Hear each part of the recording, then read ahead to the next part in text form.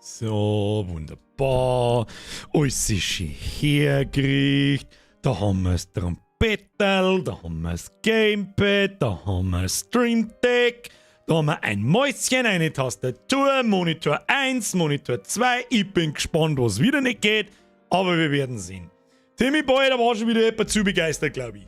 Da glaube ich, war schon wieder jemand zu begeistert. Ich bin noch nicht mehr da. Jetzt bin ich da, glaube ich. Wir werden sehen. Da seht ihr schon hin. Timmy Boy, kriegst du dir daheim was er sonst Schmiedi, Bussi aufs Nussi, Merci wieder einen Euro. Harvey! Oh. Alter, ich bin noch nicht mal da. Und alle rasten schon. Stop it, please! Da müssen wir sowieso drüber schmatzen, was das betrifft. So die ersten 10 Minuten da, was das soll. Weiß ich nicht, was das soll. Weiß nicht, was das soll. Oh Gott.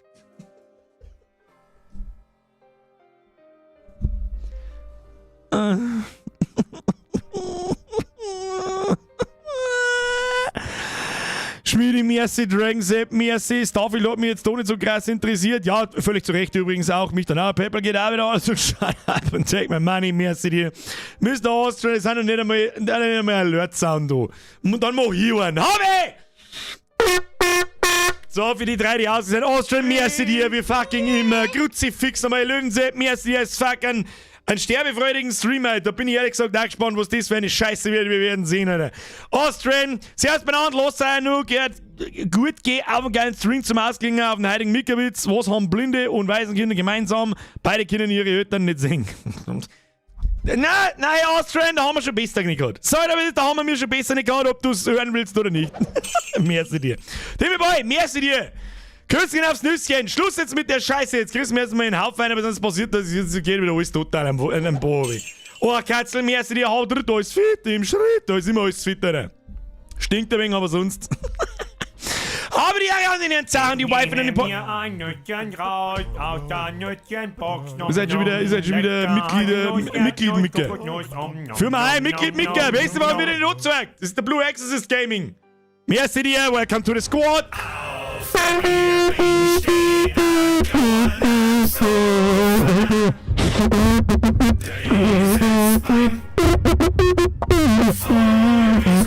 Da war er hingehört, Kruzifix und nochmal, weil es eh wurscht ist.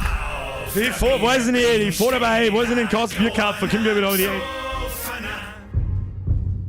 Himmel, Herrgotts! Dragon Sepp, Matthijs, merci dir fürs Resubben, Küsschen aufs Nüsschen. Habe die Ehre an den Endlich, an den Mike, an den Gänsel, an den Murkewitz, an den Haarsteh, an den Mais, an den Knöll, an den Jacke, an den Far, an den Irrsinn rein, an den Entertainer, an den Schmiedi, an den Vlogger, an den Außen mit der Tippfight gibt's Nudeln, an den Florian, der was zur Hölle, warum? Jetzt mag ich auch mitmachen, lol. Ich weiß nicht, wir erinnern uns noch an die Florians. Also gefühlt haben alle Florians zwei Kohlen und es ist wurscht, gibst den fetten Vollmongo im Internet, weil du da... aber wieso? Geht jetzt die Scheiße, aber warum? Jetzt mag ich auch mitmachen, lol, da, lol. Ich weiß nicht, was ich sagen soll. Please, reißt euch wieder einigermaßen zusammen. Merci. Was regen wir überhaupt auf?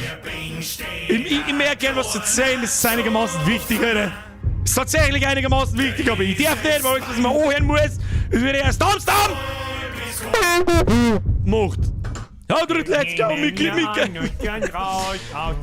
Ist auch nice, Mitglied. Ihr seid wieder, heute gibt's wieder Mitgliedschaften for free, ich hab's schon gesehen. Mr. The I kann ich nicht aussprechen, Alter. Agu, nenne ich aber. Agu, welcome to the squad.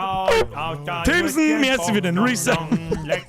Ich scroll wieder oben, weil es eh wurscht ist. Wann kann ich jemals zum Like reden? Nächstes Mal schalte ich einfach einen Brot zum Christen und sag gar nichts.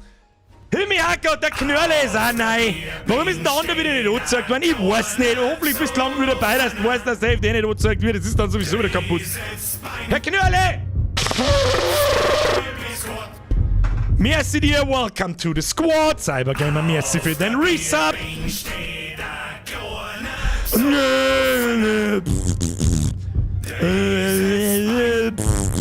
Was 2 Euro Alter, Biergedanken für euch und mal weiter so, ich streng mich an, tritt. So, die haben jetzt was erzählen. Cybergamer, merci dir, alle merci, habe ich dir so. Sie haben es jetzt mal so gemacht. Also, YouTube hat übrigens geht speziell hauptsächlich um die Leute, die diese Streams dessen Programm mittlerweile, ich soll jetzt mal 98% meines Internet-Contents ausmachen, geht hauptsächlich um den Nachschau-Squad. Alle meine Streams. Ich lese jetzt einfach nicht mehr. Wo haben wir? Nachschau-Squad. YouTube hat beschlossen, alle meine Streams stehen ja immer, nachdem ich fertig bin, werden daraus Videos und die sind dann bei mir im Kanal, die stehen dann auf nicht gelistet. Das bedeutet, die landen dann nicht in sämtliche Abo-Boxen und wenn du zum Beispiel in der YouTube-Suche nach, keine Ahnung, Birger, Stream... Ich nehme mir ein Nüsschen raus aus der Nüsschenbox, nom nom. Lecker Haselnuss, Erdnuss, Kokosnuss, nom nom nom nom nom nom. Merci für den Resub. Wenn du dann zum Beispiel nach meine Sachen suchst, dann findest du die Streams nicht. Okay? Das war in den letzten 5 Jahren, 6 Jahren, solange wir das machen, war das immer gewollt so. Warum? Weil die Leute, die mich kennen oder sonst, ja, das Bürgervideo schon gesehen oder keine Ahnung was, die sollen nach Bürger suchen und dann sollen sie meine Videos finden. Wenn da in der Woche 2 oder 3 Stunden Videos kommen, dann müllt das meine Suche zu, das müllt die Abo-Box der Leute zu, etc. Das will ich nicht, darum stehen diese VODs immer auf... Jetzt Schluss jetzt! Glück auf, merci dir, Schluss.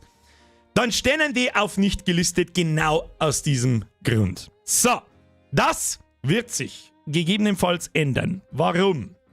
Hauptsächlich geht das erste jetzt an den Nachschau-Squad. Ab in den Chat, Hashtag Nachschau-Squad, Press F. Und zwar, ich habe ja immer eine Playlist bei mir im Kanal. Da scrollst du einmal kurz runter, dann ist eine ewig lange Playlist. Da sind automatisch alle... Mein Gott, heute jetzt dein Maul. So. Tschüss. Dann findest du deine Playlist mit über 4... Ich glaube, gingen nur 400 Videos maximal in eine Playlist rein. Maximal. Und da haben wir schon drüber, das heißt, die Hintern schneidet sich ab. Man, 400 Streams, das war vor 4 Jahren irgendwann. Wie viel mache ich im Jahr? So im Schnitt ungefähr 100, keine Ahnung. Landen die ganz vorne und dann hast du mal über so gescrollt, draufklicken, kannst du das anschauen, wenn du das willst. So, das ist nun nicht mehr so, weil aus irgendwelchen Gründen YouTube sich dachte, ja, wir zeigen jetzt im Kanal einfach die auf nicht gelisteten Videos in den Playlists nicht mehr an. Warum? Da weiß ich nicht! Weiß ich nicht! Gibt die Kategorie Live, warum da nicht drin? Ja, 7 Killi, da sind wir gerade dabei. Da sind 2 oder 3 Streams drin, die ich in die vergangenen letzten 6 Jahren auf online gestellt habe und eben nicht auf nicht gelistet. Und die haben da drin. Das habe ich mir auch erhofft, dass da ein Live-Tab ist bei mir im Kanal. Das war das Allerbeste einfach. Und da haben nacheinander wunderschön alle Streams einfach. Alle nach Zeit geordnet, so wer das sehen will, geil passt. So, da sind sie auch nicht drin. Sag ich, was ist das? Dann musst du umstellen, aufgelistet. Und genau das habe ich immer versucht zu vermeiden, weil ich nicht weiß, wie sich das auswirkt auf den Kanal. Seien wir uns ehrlich, die Leute, die mich abonniert, die meisten Leute, die mich abonniert haben, tun das wegen wahrscheinlich die Videos. Das haben mit Sicherheit 90% der Leute gewinnen. 100%ig. Wenn die auf einmal 2 Mal in der Woche in die Abo-Box da ein 3 Stunden langes Video eingeschissen kriegen, von irgendeinem Gaming-Zeug, mit dem der Bauern 0815 Kasperl sowieso nichts anfangen kann, dann ist das mit Sicherheit nicht sehr förderlich. Aber ich glaube, da sich das jetzt schon über ein Jahr lang so zirkt, dass relativ wenig Videos kommen und der Stream, nennen wir es einfach mein Hauptprogramm ist, wird mir das in Zukunft einfach wurscht sein. Und ich ab dem Horror-Oktober, der fängt wann fängt der Horror-Oktober an? Warte mal. Wann fängt der Horror-Oktober an? In 1,5 Jahren. Werde ich beginnen, dass ich die Streams danach nicht automatisch auf nicht gelistet stelle, sondern einfach auf online. Einfach auf online. Und ich mache mit Sicherheit keinen neuen Kanal, Alter. Meinst du, ich schneide mir nicht, ich lasse mir nicht Twitch wegschneiden und ich habe gesehen, was für eine mühselige Scheiße das ist, diese Community hier zum Spezi-Wirtschaft-Kanal mitzukriegen. Das tue ich mir mit Sicherheit natürlich nicht an. Das hier ist mein Kanal, das ist mein Programm. Und alles, was ich mache, kommt da. Außer ich mache es mit anderen nicht zusammen. Das ist eine absolute Ausnahme. Beim Spezi-Wirtschaft-Podcast, wer den übrigens immer noch nicht kennt. Spezi-Wirtschaft-Podcast, Flocke eine. Neuen Kanal wird es nicht geben. Okay? So, Herr Schimmer, mir ist wieder ein Resub. Momentan werden keine Alerts nicht angezeigt, weil sonst komme ich da nicht zum Schmerzen. So, das ist einmal das Erste. Sind jetzt all die Streams verloren? Nein, natürlich nicht. So, kann ich euch das da auf die Schnelle zeigen? Weiß ich nicht. Warte mal. Machen wir so. Ich probier's. Ist da irgendwas, was kann, was so geht? Nein. Achtung, ich probier's. So. Tatsächlich. Aufgepasst. Jetzt machen wir so. Ich zeige euch das jetzt einfach. Das ist jetzt Inkognito-Mode, keine Ahnung, deswegen ist da alles nichts. Wie findest du die vergangenen Streams? Achtung. Gehst du Bier? Kommt halt das. Ich finde gut, ja, der anstehende Livestream, wenn ich live bin, soll der natürlich da sein und so weiter, aber gut, die Wahrscheinlichkeit, da irgendwie in eine Leute zu mir rein, die ist gegen null, Alter. Gehst du in meinen Kanal rein? Währenddessen ich live bin, haben da natürlich. Warum da ist 2 Meter steht, weiß kein Mensch! YouTube, what the fuck are you doing? Ist ja wurscht, Alter, was rege ich mich auf? Ist ja bloß zweimal ungefähr 2-3 Stunden in der Woche. Dann geht's oben. Playlist mit meinen Kruzifix, der natürlich online. Playlist mit meinen How-Tos, haben natürlich online. Und dann, und das habe ich jetzt neu umgebastelt, kommt eine Playlist mit Playlists. Weil es anders nicht mehr geht. Es ist so dumm, Alter. Es ist so dumm. Es ist so dumm, YouTube, dass es nicht mehr ausholst eigentlich. Der erste Punkt da ist die alte Playlist, wo alle Streams drin sind. Klicken wir jetzt einfach mit drauf. Die AfD bringt Bayern wieder auf Kurs. Echt jetzt? Wir wollen... Alles klar. Ich krieg also, mein Cognito Top kriegt also AfD-Werbung. Herzlichen Glückwunsch, Dankeschön. Da, das ist die ewig lange Playlist, wo alles drin ist. Das ist mir aufgefallen. Politik. Wobei, das kann man eigentlich stehen lassen. Soll ich das unter den Worten noch Vollbilder, ne? So. Das sage ich dir, das kann man genauso stehen lassen. Da habe ich jetzt gerade eigentlich gar nichts dagegen. So. Bitte keine Wahlwerbung, Bürger, richtig. Stimmt. Aber wieso kriege ich dann Wahlwerbung? Weiß ich nicht. Keine Ahnung. Ja, grüne Politik starten kann ich aber unterschreiben. Ist mir wurscht, ob das blau ist oder schwarz oder dunkelrot. Ist mir egal. Alter. So. Tu den Scheiß da weg. Auf alle Fälle, auf was ich hinaus wollte. Grüne Politik stoppen. So, weiter im Programm. Haben jetzt die Playlists nacheinander. Sachen, die man öfter tun. Backelt in eine extra Playlist, die ist da herin. Zum Beispiel 5 oder 3 Checked Alliance Streams, die ganze Last of Us Gespuse, die Alien Streams, die Nippelklötze Streams. Starfield war das letzte, wie oft haben wir Starfield gestreamt? 4-mal, 5-mal, keine Ahnung. Und dann geht es da bis ins Unendliche weiter. Mit Madison und Tavern Master und Hogwarts und Sons of the Forest und Resident Evil und Diablo. Das sortiere ich einigermaßen. Bei so Sachen, die so einzeln sind, die bleiben alle da drin. Also wer einfach den letzten Stream oder die letzten 2 Streams zusammen dort möchte ich gerne noch nachschauen. Findest du den nur da? Du kannst in der Suche nicht danach suchen. Das ist das Wichtige. So, das wird sich aber wahrscheinlich auch ändern, weil ganz ehrlich, ich werde wahrscheinlich hergehen und die danach entstehenden VODs auf online stehen. Das bedeutet, wenn dann irgendjemand da nach Bürger sucht, da gehe ich schwerstens davon aus. Zumindest, keine Ahnung. Erscheinen da halt nicht mehr meine Videos, die mir wichtig sind eigentlich so. Bürger wieder da, keine Ahnung. Oder gut, da wieder 5 Jahre ins Video vorgeschlagen. Die ganzen Shorts natürlich, wie halt YouTube, schaut sowieso, wenn ich jetzt noch mit noch so, schaut es wieder anders aus. Haben da wahrscheinlich die Streams drin. Ich werde das testen. Wie wirkt sich das auf dem Kanal aus? Ja, ist sehr gut, ist sehr schlecht, ist einfach wurscht. Keine Ahnung. Einfach rein damit. Wir werden sehen. Kann man alle streamen in der Playlist Cyberpunk? Kann man ganze Sätze in einem Satz zum Beispiel. Kann man alle streamen in einer Playlist Cyberpunk zum Beispiel? Ich weiß nicht, ich glaube, es gibt eine Cyberpunk-Playlist. Ich glaube schon. Die ist da irgendwo. Ich weiß aber auch nicht wo. Es sind ja mittlerweile so viel, dass Wahnsinn ist. Hast du das nicht schon mal gemacht und dann doch wieder angedreht? Ja, das haben wir letztes Jahr, glaube ich. Da haben wir, was war denn das? Das war einer der letzten Subnautica-Streams und das DayZ-ähnliche Spiel. Wie hat denn das geheißen? Da wo dieser komische Bombenzombie hergekommen ist. Wie hat denn der geheißen? Ist wurscht, da haben wir das schon einmal probiert. Dann hat man gedacht so, oh mein Gott, alles was das macht, es kriegt deswegen auch nicht mehr Views, keine Ahnung, aber es produziert Minus-Abos. Ich glaube, dass das am Anfang eine ganze Weile so ist und sie dann irgendwann fängt. Weil die Leute, die dann natürlich keinen Bock nicht haben, die keinen Bock haben auf die Gaming-Stream, was nur verständlich ist, das ist die meisten in dieser Community haben da keinen Bock drauf, sonst warten da herin 100.000 Leute. Gut, die Hälfte davor auch nicht da die Accounts, sondern 50.000 Leute da, das ist halt nicht so. It is what it is. Was ich dann allerdings auch tun werde, nämlich diese Anfangsphase, wie jetzt die zum Beispiel aus ich erkläre irgendwas, was vielleicht wichtig ist, das Scam war's, Herr Farr, Mr. Farr, merci, genau das war's. Werde ich dann wahrscheinlich ausschneiden. Das bedeutet, ich kann das noch im Stream, kann ich das machen in so einem YouTube-Editor, schneide die ersten 10 Minuten weg, dass das Gameplay losgeht und fertig. Keiner, will ich, dass dann im Jahr 100 Videos erscheinen, wo die ersten 10 Minuten ihr nur am Außer, nein, Das tun wir nicht. Das tun wir nicht. Chef von Franziska, ja genau. Da kommen wir da wieder hin. Die haben sowieso schon lange fort. Die haben halt schon lange fort. Das sind die mir immer nur Leberkäse-Videos schicken und was weiß ich. So! Greifschreit, nix ausschneiden. Das dauert sowieso über 2 Tage. Bei so einem 3-Stunden-Video dauert das ungefähr 3 Tage, bis YouTube das verarbeitet und danach schaut es sowieso. Das ist wieder was anderes. Ich meine ja nicht euch, die da gerade hinsitzen. Birger Anker, dann nur auf OnlyFans, richtig. Die Donation-Bukake, die könnt ihr euch dann auf OnlyFans anschauen, die ist nicht jugendfrei. Und wahrscheinlich bis der Zeit, lasst drin. Sag ich ganz ehrlich,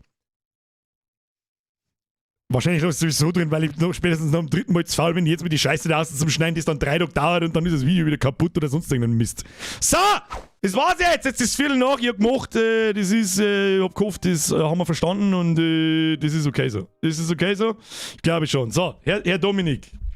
Schluss. Habe dritt gesetzt zum 400. Video. Ist nicht das 400. Aus welchem Film ist das die Zeit? Wenn wir die Einzigen sind, ist das eine ziemliche Platzverschwendung. Grüße. Oh shit, da erwischt mich. Weiß ich nicht.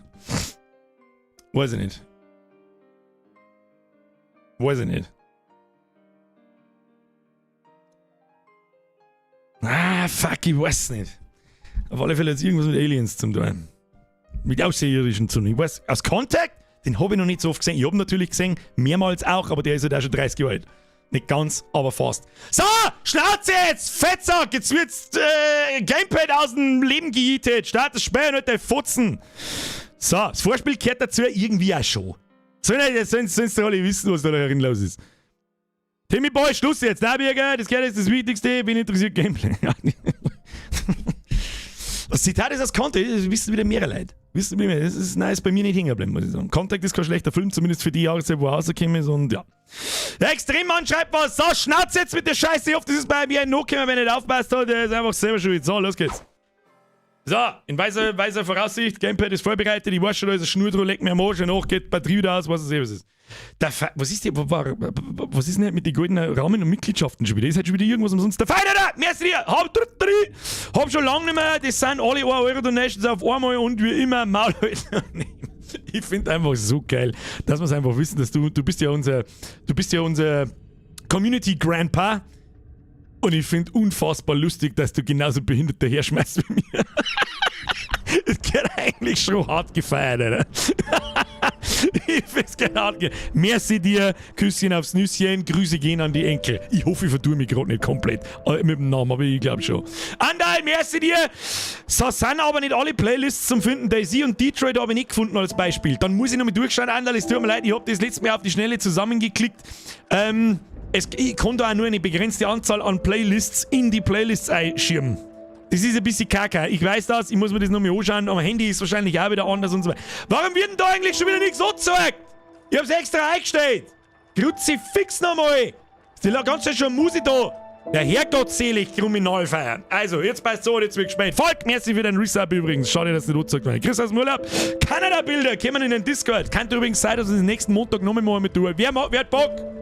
Wer hat Bock? Montag nochmal Urlaubsreview. Warum? Da hat Birgerin Geburtstag.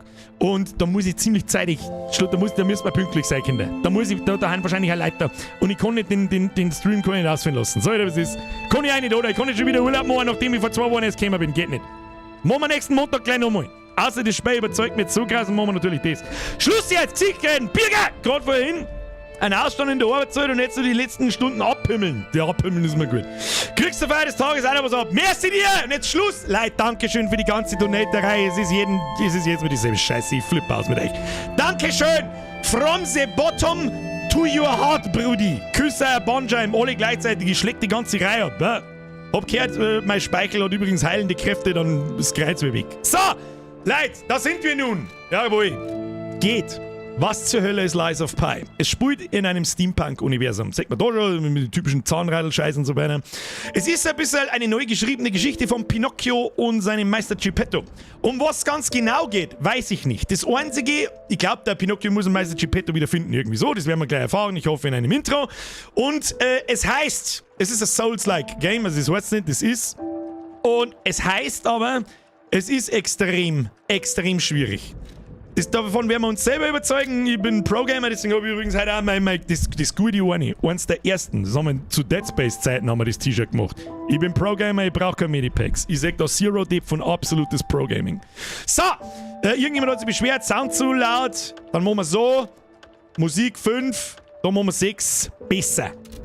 Besser. Und jetzt weißt du was? Und jetzt werden wir uns... Der Dip-Counter kann halt strapaziert werden. Schauen wir mal. Neues Spiel. Sie. Schauen wir, was passiert. Ergo ist ein wundersamer Machtstein, der nur in Kraft gefunden werden kann. Dankeschön. Dankeschön, liebe NVMe SSD-Festplatte. In honor of the great writer Carlo Collodi hat der Pinocchio geschrieben. Oh, ist es Englisch? Das habe ich nicht gewusst. Tja, müsst lesen, Kinder. Oh, aber ich bin ein wunderschöner Schmetterling. Geppetto's puppet. We need your help. Belebt uns jetzt der Schmetterling. War das in Pinocchio so? Weiß ich nicht.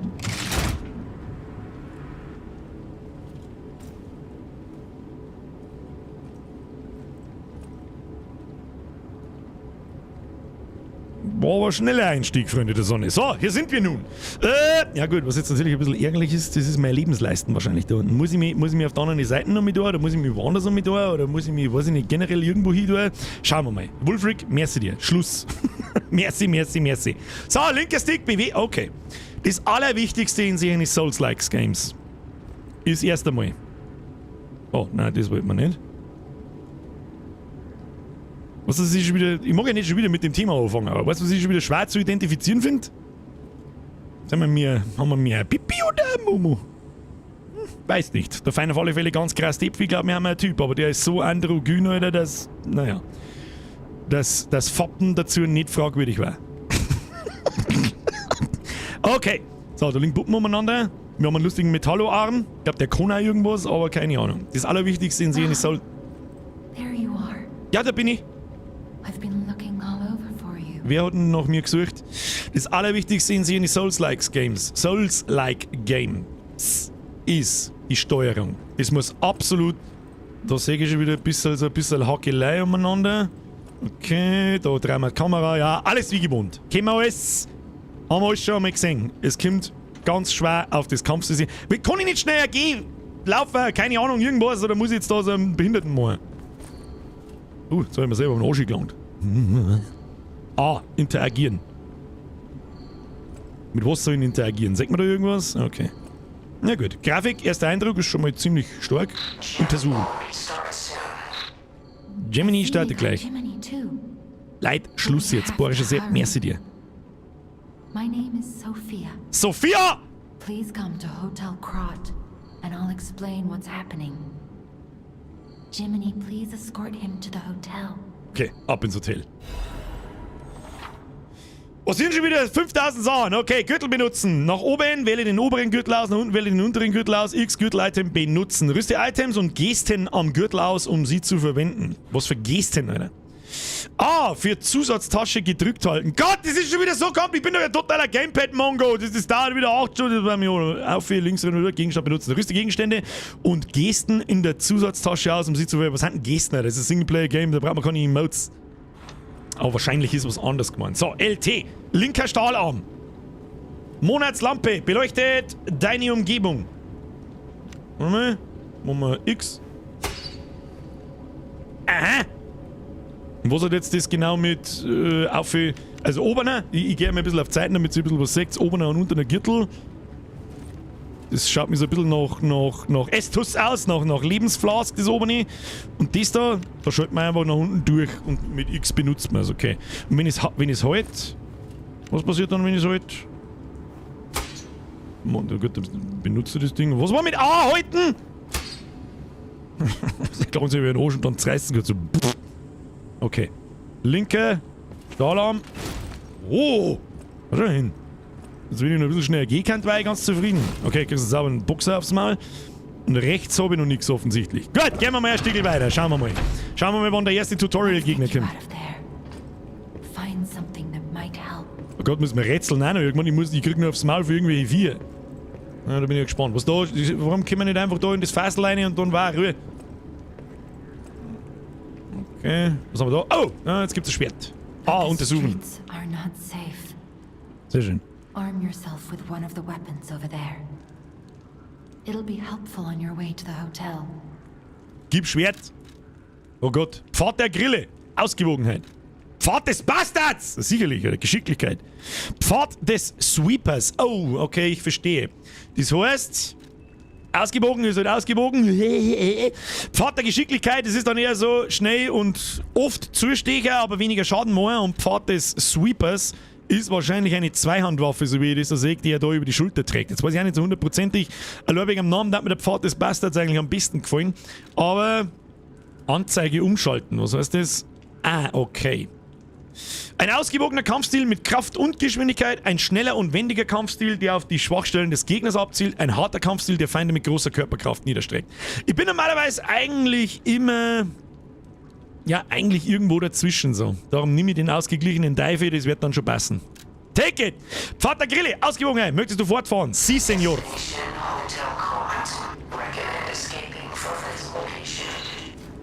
Okay, LB ist blocken. B, oh. Okay. Wie schnell kommen wir rein? Das ist wichtig. Ist jetzt die Frage, ob es ein Blockspray ist oder ein Ausweichenspray. Dark Souls ist mehr Ausweichen. Sekiro ist nur Blocken. Fixieren kann man auf R. Zusatztasche ist A. Klicken Sie immer die Punkte ein sofort. Leck mir doch mal am Arsch mit deinem Xbox-Scheiß. Waffe wechseln.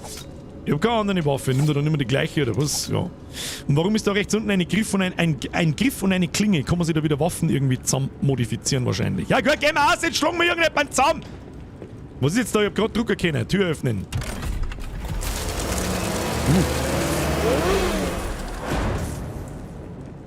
Für das, dass er sich ein Zwitschgemandal ist, muss man sagen... Okay. Oh, wie gesagt, da vorne steht schon einer. Kann ich den... Oh. Okay, jetzt bin ich gespannt. Dazu kann man fixieren, an, aus, Fixierung ändern, starker Angriff und das ist ein kurzer Angriff. Ja, okay. Ja, schauen wir mal. Schauen wir mal, kriegt man Schaden beim Blocken. Hey, Meister! Oder bist du Zinnmensch, gell?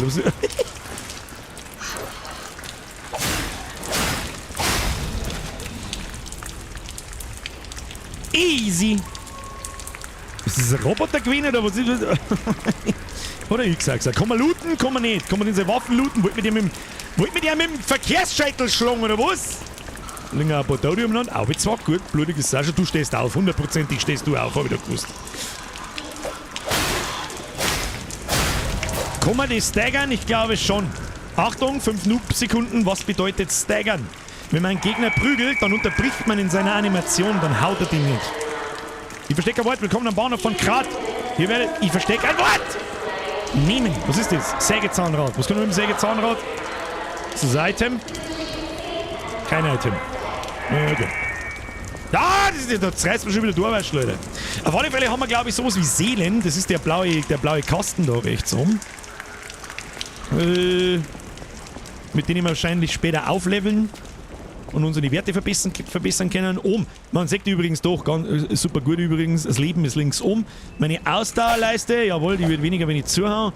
Und das Blaue, was auch immer das Blaue ist, keine Ahnung, machen wir so, wird das Blaue weniger, wenn ich mit der Faust zuhauen? Nein. Scheint mir irgend sowas wie Mana zum sein. Schauen wir mal. Gut, da sind wir nun. Wir wissen nicht, warum wir da sind, aber wir sind hier nun. Was ist das da? Die maximale Anzahl Pulszelle. Achtung! Verwende eine Pulszelle, um Lebenspunkte wieder zu erlangen. Das heißt, es ist im Prinzip der Strom.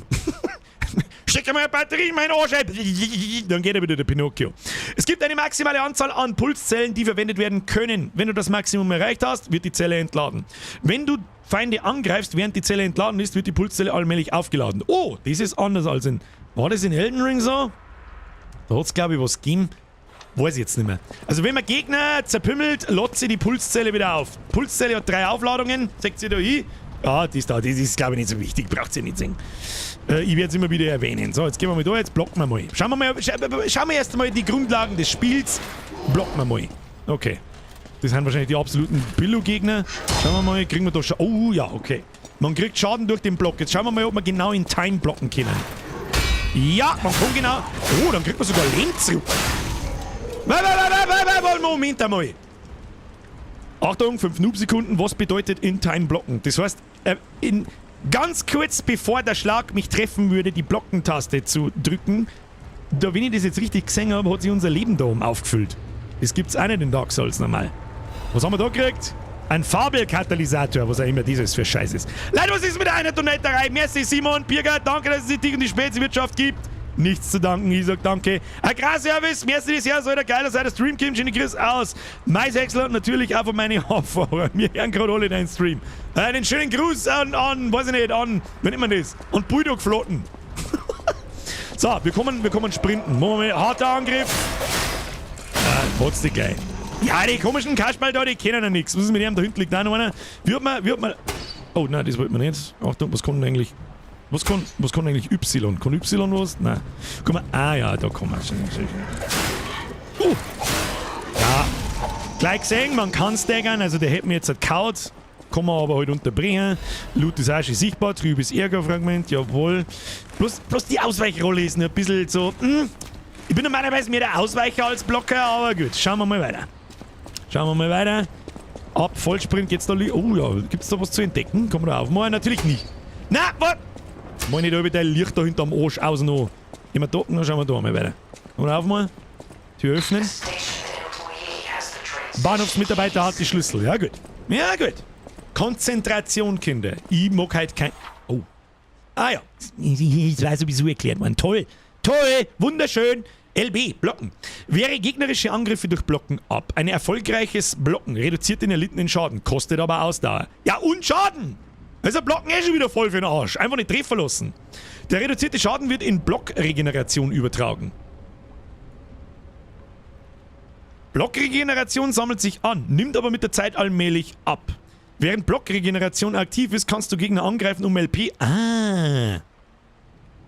das war also das war nicht das In-Time-Blocken, sondern generell Blocken, Lot, die unten die Leisten auf die 3 Dinger nicht Mana, sondern wenn wir währenddessen die Leisten vor ist, zuhauen, kriegen wir wieder Leben. Das ist eine interesting Mechanik. Wenn ein Block gelingt, kurz bevor du getroffen wirst, löst sich ein perfekter Block aus. Das habe ich gewollt mit perfekter Block. Wenn ein perfekter Block erfolgreich ist, erhältst du keinen Schaden, nur Ausdauer wird verbraucht. Das ist okay. Du kannst die perfekter Block verwenden, gute Deutsch, um die Waffe eines Feindes zu zerstören oder ihn in den Überwältigbar-Status zu versetzen. Okay, werden wir gleich mal testen. Da geht gleich mal jemand her. Oh, ist das ein anderer? Haben wir schon andere Gegner? Da unten sitzt einer. Oh. Gott, der schießt! Das kannst du gleich mal auf den Kopf stellen, du Mongo. Schluss mit der Schießerei, du Trottel! So, jetzt gehst du mir. Mal. Ja.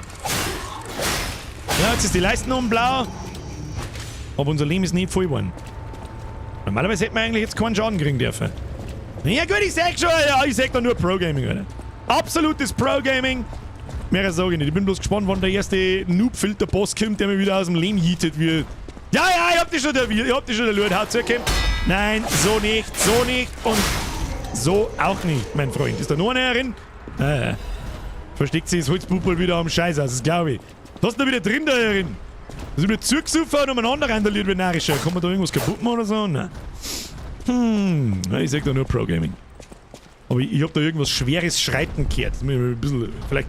Hey, Mr. Streamer, Mr. Pro-Streamer, es war mal eine Idee, wenn es besser ins Battle fährst, du Trottel. Was ist denn eigentlich das da rechts unten, die graue Leisten? Ist das die Haltbarkeit von meiner Waffen? Möchtest du mich verarschen?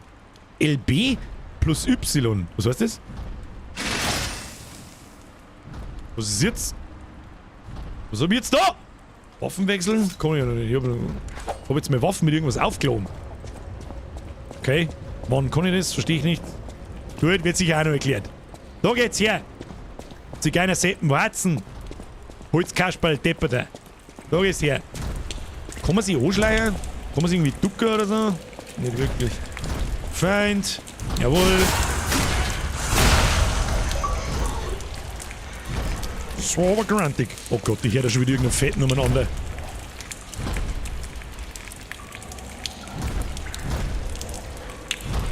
I have a very bad feeling about this. Das ist ja der Noob-Filter. der gleich am Anfang einmal sagt so, wo es hingeht. Na gut, gehen wir weiter. Ja, da kommt der daher.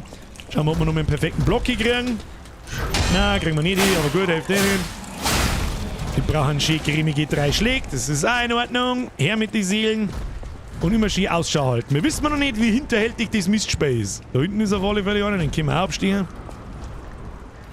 Notiz eines Passagiers, Details anzeigen. Wenn jemand diese Notiz findet, verlassen Sie den Bahnhof und laufen Sie weg. Halte dich auf jeden Fall vom Warteraum fern. Ich sah, wie dort einige riesige Puppe... Ich bin's behindert zum Lesen! Ich sah, wie dort eine riesige Puppe Menschen zu Tode schlug! Ja, vielleicht bin aber ich die riesige Puppe, du Kasperl, du Fotzengrauer. Und da der weiter am ersten Jahr, noch 4 Tage, da bin ich 48 Monate dabei, geleckt für die Zeit schnell. Oh, ist jetzt lauter geschubst, Alter. So, bei Sprint...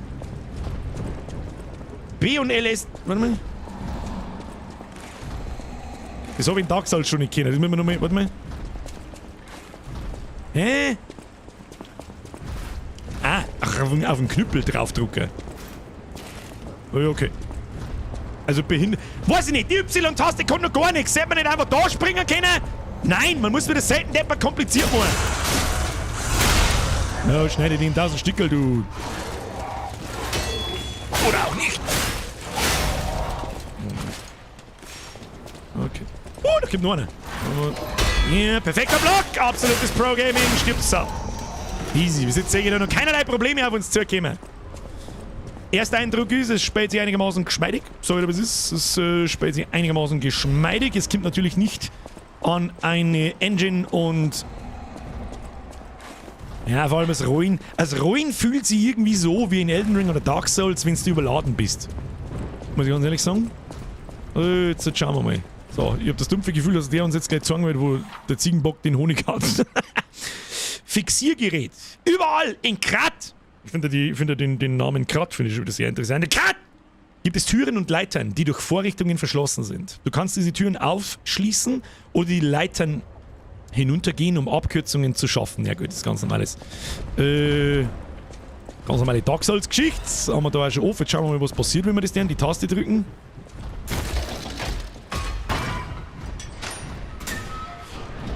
Genau. Und jetzt kämen wir wahrscheinlich dahin, wo wir am Anfang schon waren. Ja. Also, eine Abkürzung sozusagen freigeschaltet.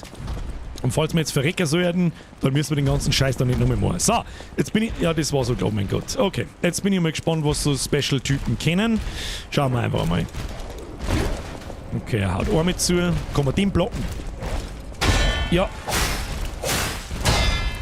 Oh, der haut zu. Oh, okay, er haut auch gerne mal 3 mit zu. Verstehe ich schon.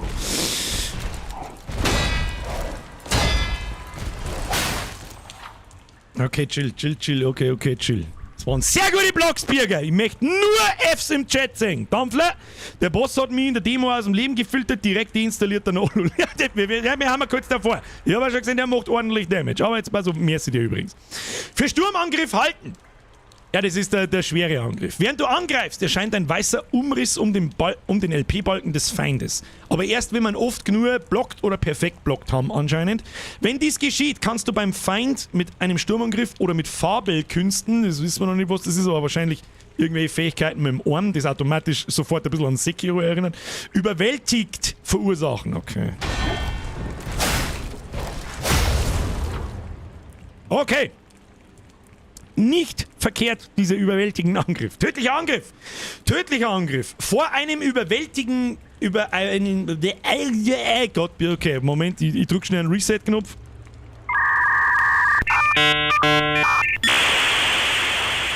Okay, so, nochmal von vorn. Tödlicher Angriff! Vor einem überwältigten Feind! Plus RB! Selber Auf überwältigte Feinde können tödliche Angriffe ausgeführt werden. Ein erfolgreicher... Tödlicher Angriff kann schweren Schaden an. Hat das nicht gerade volle Kanone schweren Schaden gemacht? Der ist doch über die. Wir machen, wie wir genau. Also einfach Ohr mit zu und ist tödlicher Angriff, oder was? Okay.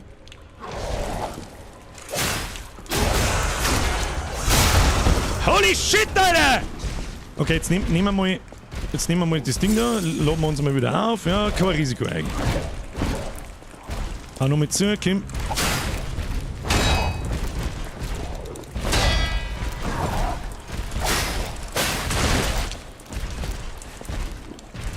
Was ist der? Was möchtest du?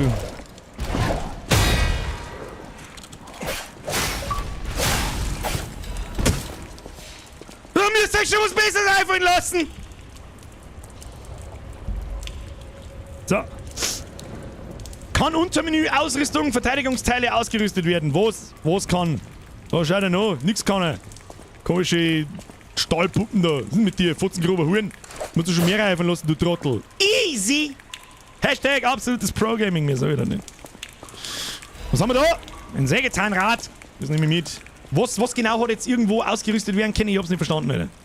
L, B und Y. Hab ich auch noch nicht verstanden, was das ist. Unser Blockding ist volle Kanone aufgeladen. Das Blaue da oben, falls es das überhaupt ist, das habe ich immer noch nicht so ganz gecheckt. Ich meine, das verfällt langsam. Bewegt sich das? Nein. Ja, aber okay. Spult sich cremig. Das Einzige, was ich gar nicht mag, ist einfach diese Ausweichrolle, Alter. Vor allem wird da kann ich laufen auch. Also ernsthaft, da kann ich halt weglaufen vor einem Gegner auch. Da bin ich genauso schnell wie mit dieser Kackrolle da. Pff. Nee. Werden wir schon sehen. Der erste Gegner. Oh. Nein, da haben wir gekommen. Moment einmal. Müssen wir überhaupt hin? Nein, das haben diese Spiele auch gern so an sich, dass einfach, da gibt's keinen Questmarker. Geh da hin. Den gibt es da nicht. Ja, aber jetzt hab ich den da unten zerpümmelt, da muss er weitergehen. Da, hier geht ein Ticket, Horn zu! Ticket! Ticket, oh! So geht's auch nicht weiter. Und die Abkürzung hilft uns natürlich auch nichts, weil da kommen wir einfach bloß wieder zurück aus. Oder haben wir jetzt da... Jetzt warte mal. Damit. Wir haben doch irgendwo... Da haben wir doch was. Was ist die Zusatztasche? Letzte Zuflucht. Was ist eine letzte Zuflucht? Versteh? Ach, das ist wahrscheinlich der Zurückport-Store. Den betätige ich jetzt einmal nicht.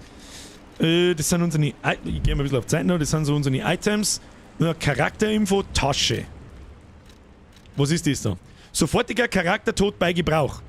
Sagen wir mal ziemlich froh, dass ich da gerade nicht drauf gedrückt habe. Ein spezielles Gerät, das die gesamte Energie der P-Organe auf einmal freisetzt, wird bei Gebrauch zerstört. Der alte Mann befürchtete, dass sein Sohn nicht richtig aufwachen und in den Rausch geraten könnte. Rausch hört sich gut an. Was ist das? Fabelladung.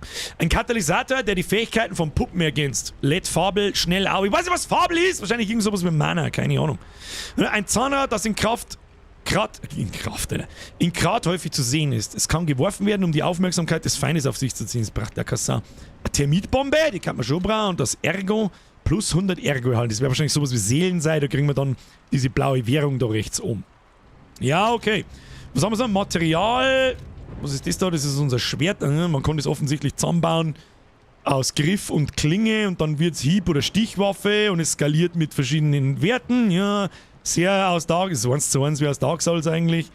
Die Haltbarkeit irritiert mich allerdings ein wenig, dass das Zeug kaputt geht. Klinge Griff, dann haben wir unsere Legionswaffe, heißt der Arm. Gibt es offensichtlich auch verschiedene. Das ist einfach ein Rahmen der Werkstatt. Physische Schadensreduktion, was kann man mit dem da? Was tut man da damit? Zum Ausrüstungsmenü? Nein, was ist das? Da wird man sich Sachen craften können, nehme ich mal an. Amulette, dann haben wir Kostüme. Wir haben Gesten, die braucht keine Sau. Wir haben halt stopp, wir haben einen Schlüssel aufgeklappt. Den haben wir gekriegt, wir Trottel. Der hat den Schlüssel. Der Boss hat den natürlich gehabt. So, wo haben wir den Schlüssel gleich wieder einschieben müssen? Hab ich jetzt schon wieder vergessen. Egal! Findet man schon wieder. Bürger, Schlüssel aus der Jacke, ich weiß schon. Ich hab selber drauf kommen müssen.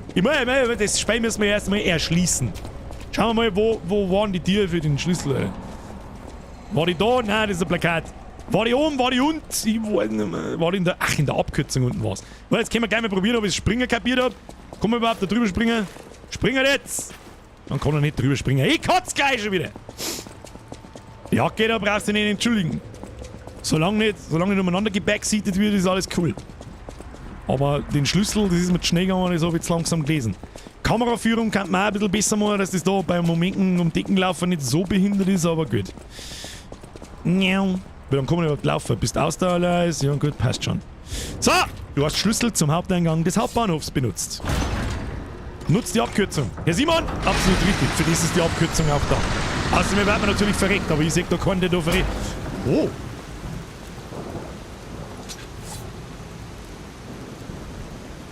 Okay. Impressing. Schaut nicht schlecht aus. Kannst du sagen, was du möchtest. Hauptbahnhof Plaza von Krat. Regnerische Nacht und das schaut mir an Bonfire. Den Stargatze, den reparieren wir. Was ist der Stargatze? Keine Ahnung. Wahrscheinlich sowas wie ein Bonfire. Wird erklärt. Brauchst du nicht tun. Sehr schön. Benutze einen Stargatze. Hashtag Stargatze. Ab in den Chat. um Lebenspunkte und Ausdauer vollständig wiederherzustellen und deine Pulszellen aufzuladen. An dieser Stelle wirst du nach dem Tod wiederbelebt. Das ist so ein Checkpoint. Denk daran, dass damit auch Feinde wiederbelebt werden, nicht nur dein Charakter. Das gehört vielleicht ein bisschen erklärt für die Leute, die so Souls-like-Games nicht kennen. Wenn nicht, da ist ein Gegner. Ah, jetzt können wir da mal schnell demonstrieren. Lass uns mit dem Cashball daherkommen. Was kannst du? Blocken. Perfekter Block, sehe ich schon. Machen wir wieder was da. Okay. So, der ist jetzt tot. Wunderschön. Wenn ich jetzt da hergehe und denke mir so, ich habe jetzt da, ich habe bloß noch 2 mal Lebenstrank, bla bla bla, ich möchte das wieder auffüllen, dann nehmen wir den Stargazer, benutzen. This is called a dann wird stargazer. Stargazer. Was ist Stargazer, du Ahnungslose? Stalkers used in the past. Wunderbares Gerät. Hören wir schnell zu. Danger estimates. Please reduce puzzle numbers or reset danger parameters. As we are not strong enough to beat the puppets. But if I lend my power to this stargazer for a moment. Gather ergo, clever one. This Clever stargazer one. will make you stronger. Ashen One. But the stargazer's strength doesn't last forever. So be careful with it. Hurry up and come to Hotel Krat. Vielleicht ist er der Stargazer. Andy, du hast da absolut recht. So. Es ist im Prinzip also ein bisschen unser Lager. Da können wir, es ist genau wie in Dark Souls. Es ist genau das Gleiche. Wenn wir sterben, wachen wir da wieder auf. Aber unsere Seelen, unsere blaue Energie, nennen es jetzt einfach, die ist weg. An der Stelle, wo wir gestorben sind, bleiben die garantiert liegen. Dann habe ich nochmal einen Versuch, dass ich da hinlaufe und glaube, die zusammen, die ich vorher verloren habe, außer ich stirb davor wieder, dann sind sie weg. Und diese blaue Währung brauchen wir zum Stufenaufstieg. Und das schauen wir uns jetzt gleich einmal an, was da so los ist. Stufenaufstieg, verringern, erhöhen. Können wir das verringern? Nein. Jetzt schauen wir, wo steht denn, was das kostet. Genau, das sind unsere Werte. Wie man es aus dem RPG kennt. Vitalität, kriegst du wahrscheinlich mehr Leben. Stärke und... Was ist mit Geschicklichkeit? Das verstehe ich jetzt nicht ganz. Okay, das ist Ausdauer. Wird da schön blau markiert, was los ist. Und die Verteidigungs- und Schadensreduzierungsrate wird dadurch auch höher, oder wie? Aber wahrscheinlich erst jetzt 2. Level. Na gut. Maximale Ladung. Dann können wir mehr Drang, schwerere Rüstung vielleicht später mal, ohne dass wir langsamer werden. Und Legion, weiß ich jetzt nicht, was das ist, aber wahrscheinlich der Arm. Das heißt, die maximale Ladung macht dann mehr Schaden, nehme ich an. Anstatt 205, dann 208. Entschlossenheit. Entschlossenheit macht einen physischen Angriff mit Waffen und mit der Legionswaffe, mit Arm und Schwert besser. Und zwar um... Ja, ein bisschen was halt. Und da steht auch, benötigtes Ergo, so heißt die blaue Währung. Ergo kostet pro Level 720. Technik macht das selber. Jetzt weiß ich auch noch nicht so recht, was man genau skillen und was ist Fortschritt. Das ist dann Elementarschaden und so ein Scheiß. Ganz ehrlich, da gehe ich jetzt ganz billig ein bisschen mehr aushalten und ich glaube, wir skalieren mit Stärke, sag ich dir, wie es ist. Da sagt man also ein bisschen, die Waffen, das ist auch genau wie in Dark Souls, bloß kann ich die Symbole jetzt noch nicht so ganz interpretieren, was da was bedeutet. Unsere Waffen skaliert mit 3 verschiedenen Sachen. Das heißt, und das auf einem bestimmten Level. Ich glaube, S ist das Beste, dann kommt A, B, C, D, E. Und je niedriger der Buchstabe, wenn man so will, desto mehr skaliert die Waffe mit unseren Werten. Ich gehe jetzt da einfach mal auf... Es ist Ergo. Alter Pudding, absolut, das ist quasi Ergo. Ergo, wo ist der? Was ist eigentlich aus? Quasi Ergo-Counter geworden. Es ist wie, der Hellboy sagt, es ist wie in Elden Ring und es ist genau wie in Dark Souls. Sagen wir es so, Elden Ring ist wie Dark Souls und es ist ja im Prinzip das gleiche Spiel, bloß halt neu. Und das ist 1:1 im Prinzip eine Dark Souls-Kopie. Was ja nicht schlimm ist. Ich meine, das System in Dark Souls funktioniert und mir levelt man jetzt den Scheiß da einfach raus. Machen wir einen Stufenaufstieg. Möchtest du Ergo benutzen, um aufzusteigen? 1473, jawohl. Jetzt brauchen wir noch, für die nächste Stufe brauchen wir 788 Ergo. Da geht ein bisschen was ab. Jetzt machen wir was ich gerne mal in solchen Spiele schnell tue, damit wir uns ein bisschen leichter werden. Jetzt gehen wir zurück aus. So. Wie wir sehen, wir sind wieder voll aufgeladen, haben wir alle unsere Heiltränke mit dabei und so weiter. Aber der Gegner ist auch wieder da. Das ist so die Krux dahinter. So, jetzt hast du mal zu. Okay, das hat nicht so funktioniert. Da machen wir wieder zu voreilig. So, jetzt haben wir das restliche Ergo gesammelt. Jetzt gehen wir nochmal zurück und leveln wir nochmal schnell auf. Hey, this is what it is. Geh mir nicht am Sack. So, Stärke. Rein damit. Stufenaufstieg. Jawohl. Oder habe ich vorher einfach nicht 2... Was habe ich denn jetzt da? Ich habe schon Stärke auf 9 da, oder? Hat das schon funktioniert? Ja, ich glaube schon. Birger, du hast ein Item-Einhänger, mit dem kannst du deine Waffen schärfen. Dani, das ist ein guter Punkt, wo wir Lager benutzen. Aber was für eins? Material, Waffe, Klinge, Amulette, Verteidigungsteile. Das verstehe ich noch nicht, was ist das da? Leichter Rahmen der Werkstattgewerkschaft. Gewicht, physische Schadensreduzierungsrate 11. Teile, die Puppenrahmen verbessern. Sie absorbieren physischen Schaden. Dieser Gegenstand wurde in der Puppenwerkstatt mit dem Ziel hergestellt, ich drücke jetzt einfach mal drauf und schau, was passiert. Lagern. Nein, ich mag's nicht, ich mag's ja nicht lagern. Halten wir das noch, gehen wir mal raus da. Gehen wir mal da einer. Wo war das? Jetzt bin ich wieder falsch rumgegangen. Einfacher Rahmen, leichter Rahmen. Der hat Gewicht 5,8, 7,6. Jetzt werden wir mit den leichten den wir auswählen. Zum Ausrüstungsmenü verschieben, zum Ausrüstungsmenü verschieben. Ach, die kann ich da 3 bauen, oder was? Ach, ich habe im Prinzip... Ah, okay. Verstehe schon. Das ist im Prinzip meine Rüstung, wenn man so will. Das sind im Prinzip Item-Slots. Was fällt mir da jetzt ein? Wie ein Diablo! Und Dämon, Kartuschen, Prototyp, Gewicht, physische Schadensreduzierungsrate, Störwiderstand, Schockwiderstand, Brechenwiderstand. Das sind so die elementaren Widerstände wahrscheinlich, oder sollen es zumindest darstellen. Das weiß ich mir auf. Die drehen, ablegen, ausrüsten. Ausrüsten. Und da ist ja das da viel besser, oder? Machen wir so. Und jetzt habe ich den leichten Rahmen drin. Und nochmal zurück.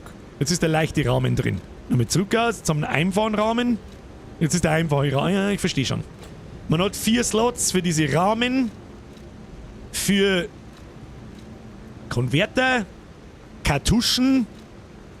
Na, brauchen wir eigentlich bloß so machen und schauen, ob wir was Besseres haben. Und ob dann Werte drauf sind. Aber nö. Ja, okay. Ja, hab schon verstanden. Haben wir schon umrissen, funktioniert. Ist im Prinzip wie die Ringe in Dark Souls. Ist genau das gleiche. Da machen wir die zum 3. Mal kaputt. Haben wir wieder zu Plätzen blocken. Aber ist wurscht, stirbt das Sau. So, passt schon. Da hinten ist nur ein Besen. Ich finde die Besen sagt man ein bisschen schlecht so. Ich warte bloß drauf, bis da ist nicht schon einer. Oh, wieder. Ah! Fabelkünste! Ja, wird ja alles erklärt. Y. Benutze Klingenfabelkünste. Y. Während des Blockens verwende Grifffabelkunst. Okay. Waffen haben unterschiedliche Klingen und Griffe, die jeweils ihre eigene Fabelkunst haben. Fabelkünste verbrauchen Fabelslots und verschiedene Fabelkünste verwenden eine unterschiedliche Anzahl von Slots. Okay. Lade Fabelslots auf, indem du Feinde mit Waffen angreifst. Okay, drück mal doch mal Y. Ah! Wichser. Okay. Oh. Hund!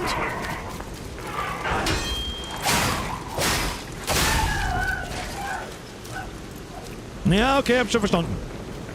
Mächtiger Badabum auf alle Fälle. So, trübes Ergo-Fragment. Diese Ergo-Fragmente sind nichts anderes wie Seelen in Dark Souls oder wir haben sie in Elden Ring auch Seelen geheißen? Weiß ich nicht mehr. Die kannst du benutzen und dann kriegst du die Ergo-Währung. Ich sag jetzt einfach, die blaue Kackbarts.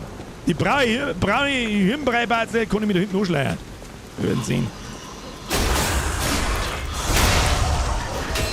So nicht mein Freund! Da brauchen wir bloß immer 3 Schläge, die halten eh nichts aus, das ist ein Wahnsinn. Das nehmen wir mit. Buntes Ergo-Fragment. Wir durchsuchen wir da Runden alles. Das ist aber das Schönste. Gleich mal schauen, wie wunderschön individuell diese. Probieren wir mal Folgendes. Ja, es hat nicht so funktioniert, wie ich es mir vorgestellt habe. Sag ich dir, wie es ist. Da schleichen wir uns wieder an. Schauen wir mal. Jawohl. Kann ich das nicht wechseln? Was ist mit dem? Was ist mit dem da? Der ist da unten zusammengefallen oder was ist mit dem? Was ist mit dir da unten? Ich weiß nicht, ob ich da oben springen mag. Oder geht aber wieder Treppen auf, passt schon. Machen wir so. Jawohl. Nehmen wir es mit. Sägezahnrad. Trübes Ergo-Fragment. Kann man die Kisten schaut aus, als könnte man es zusammenhauen. Nix drin. Okay. Schauen wir nochmal, wo es da weitergeht. X Gürtelgegenstand benutzt. Was? Das habe ich wieder nicht gelesen! Was für Gürtelgegenstand? Leg mir mal. Ah! Hey, Rental. So nicht, gell? Nehmen wir mit. Aber jetzt nicht gefasst drauf, dass da noch einer umeinander krebst. Und in die Huren. Und da hinten haben wir auch noch einen. Gibt's auch noch was? Das ist auch was ich noch nicht ganz, oder zumindest mal erwähnt habe, wenn man sich von hinten natürlich anschleicht, ohne dass der Gegner was mit... Oh.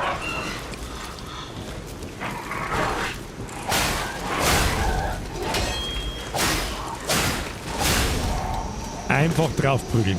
Wichtig ist dann, glaube ich, nach dem Blocken, wenn du mal keinen perfectly timed Block hinlegst, das gleich wieder zuhaust, damit du das Lehn gleich wieder kriegst. Bei mir nicht von der Seite noch, du! Das sind zwei! Ja, und jetzt wird schon lästig.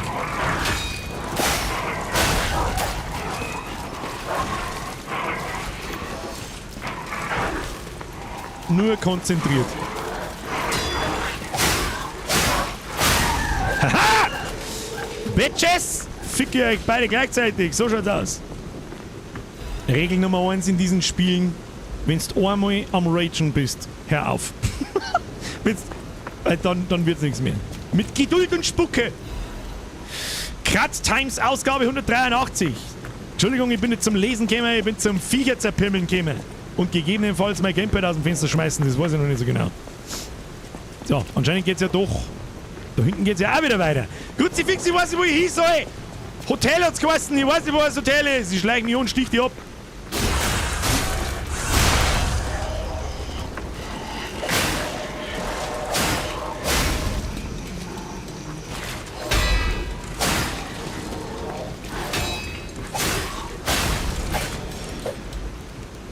Ja, aber man kriegt nicht so viel Leben zurück, dass sie sich nach dem Blocken rentiert. Was haben wir da? Tja, da wird es dann wohl nicht weitergehen. Da waren bloß 3 Basic. Kann man das zusammenhauen? Ja, kann man. Wunderschön.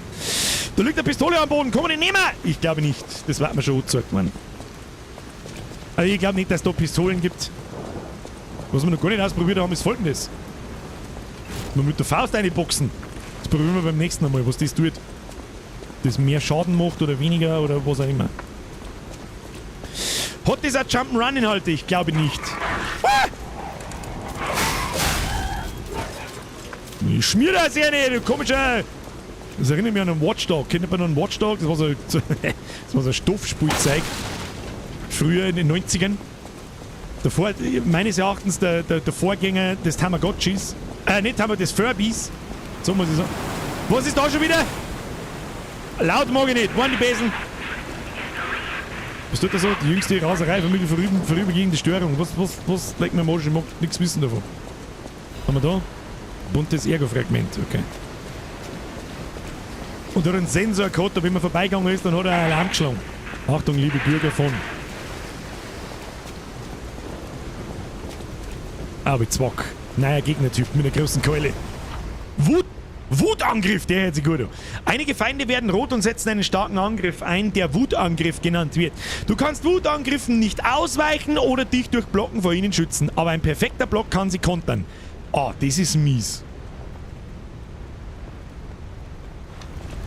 Das ist, also dass ich auch nicht ausweiche, das ist mies. Alter, wie lang ist denn die Verzögerung von dem Ding? Du Furze! Oder der holt da schon wieder so viel aus! Au!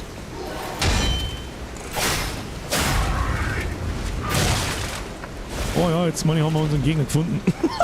Nein, das wollte ich nicht! Au! Das wollte ich. So. Nochmal mit Gefühl. Komm.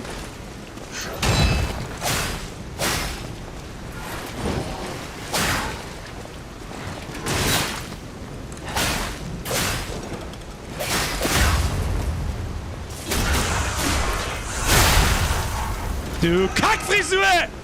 Da? Du bist in die Schlucht runtergejietet. Oh, der hat schon ein bisschen ausgeteilt. Also die Umgebungsgeräusche sind schon sehr laut, man hört den Bürger fast gar nicht ragen. Hey, das ist einfach nur Das ist einfach nur, weil ich da nur Pro-Gaming sehe. Wobei der jetzt schon... Wie ist der Sound? Muss ich ein bisschen leiser machen. Ab bei den Chat muss ich leiser machen oder wie schaut das aus? Umgebungslautstärke, Filmlautstärke. Machen wir doch mal so. Hä? Schleif deine Waffe. Was heißt denn das? Wie? Ist das LB plus Y da rechts unten? Ist das? Es ist ja nichts, was irgendwie abläuft oder so. Das bleibt nicht so, oder was? Okay. Ist das Waffenschleifer? Weiß ich nicht. Ist das ein Weapon-Schliff? Wölfchen, einen wunderschönen guten Abend. Da geht's, das ist der Abseitsweg, da gehen wir weiter. Wahrscheinlich gibt da gleich noch so ein bisschen. Steuerkreuz zweimal runter, dann X. Ach so! Ah, das ist ein Schleifstein, das hat er mir keiner erklärt! Destination Hotel Grad. Wo ist Hotel Grad? Ist dieser Hotel Grad? Destination. Ist dieser Hotel Grad? Gibt's da jetzt einmal was in der Kiste drin oder so? Nein. Gibt's jetzt da unten gar nichts? Das kann ich fast nicht glauben. Da will ich nicht belohnt, dass ich da runter gehe, Spey. Ist aber... LB plus Y ist mein Special Attack. Das stimmt. Aber nur beim Blocken. Jetzt hab ich's wieder ausgeschaltet, ich Vollidiot, oder was? Verstehe ich nicht ganz. Ach, das übernimmt... Ah, jetzt pass mir obacht. Jetzt glaube ich, habe ich da oben so einen blauen Balken verloren. Das heißt, der bleibt... Jetzt, wenn ich da drauf zustimme, kommt von rechts an einer. Mehr wetten. Oder? Kreisliger Huhn. Achtung, perfekter Block. Oder auch nicht. Dann da schlagen wir halt einfach, bevor wir nun... Wow! Was ist da? Abhauen! Jetzt müssen wir schon das nächste nehmen. Das ist nicht gut. Was ist da? Jetzt kannst du mal sauber aus dem Kopf schlagen, da draußen.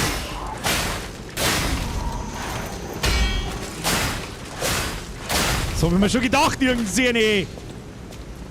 Weiß jetzt auch nicht, wie... Jetzt war mir fast ein Wort rausgerutscht. Tricks. Weiß ich nicht, warum ich da jetzt aufgehe, aber ich hab's geschmeckt, alles! Loot! Trübes Ergo-Fragment, nimm ich mit. Ach, jetzt... Und jetzt lotze ich da unser Lebensding lotze ich auch wieder auf, währenddessen wir jetzt da auf Viecher umeinander prügeln. Sag ich das richtig? Oh shit, das wollte ich nicht.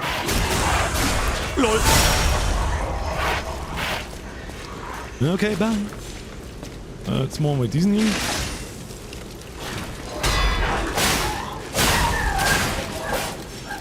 East Peas Lemon Squeeze! Bitch!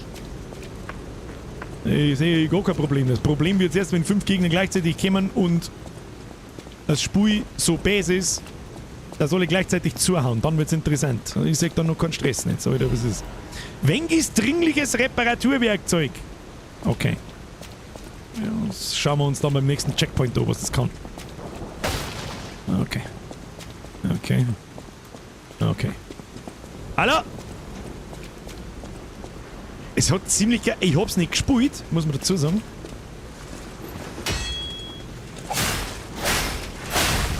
Aber es hat krasse Bloodborne-Vibes, so ein bisschen.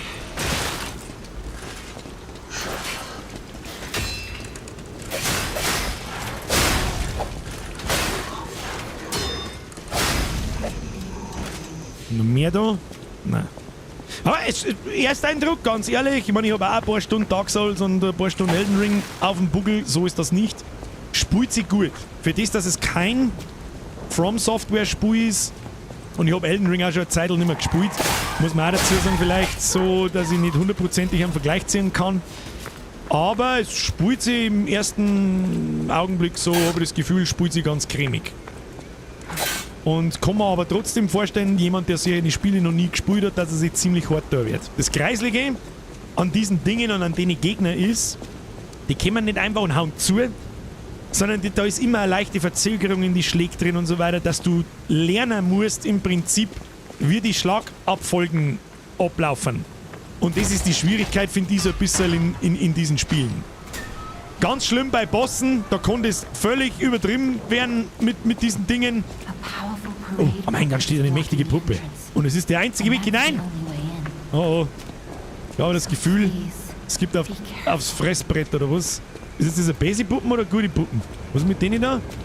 Was ist da damit? Da bauen wir jetzt unseren Stargatze! Stargatze! Meistens müssen da geschliffen werden. Meistens, ja. Die in der Hosen oder was ist das? Reden. Hello there. Hello Welcome there. to Krat, visitor. I didn't think there were any stalkers left to fight the puppets. You didn't hear? Wir sind mal so ein Stalker. Figures. The whole organization fell apart. All that's left are wannabes and amateurs who think they can fight on their own. You ought to buy something while you're at the festival. You can't rely on yourself alone. Hello there, General Kenobi. Gleich erkannt, ja, ich schon dropsen. So, jetzt pass auf, ist da nicht nur, was ist das da? Nehmen, und das. Hey, so nicht, mein Freund! Ah, Rieder Schad.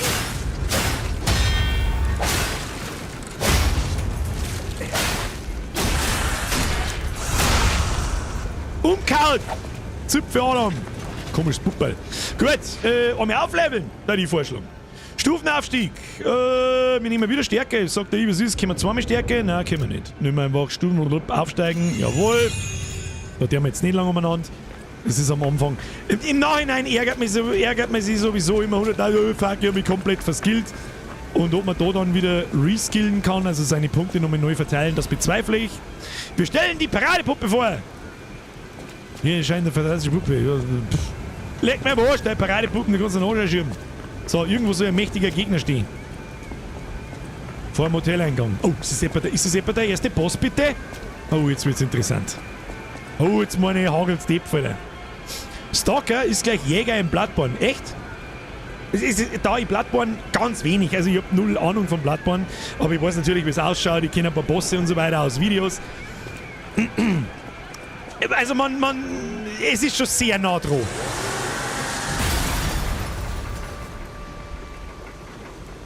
Mit der linken darf ich doch nicht schleudern. Du. Festival. Aue. Lass mich raten, es ist ein fetter Clown. Oh oh.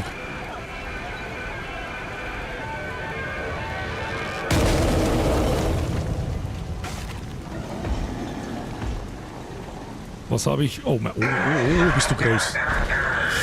Okay.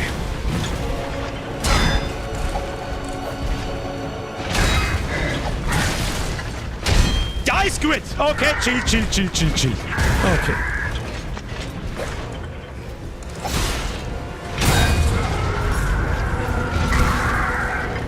Okay.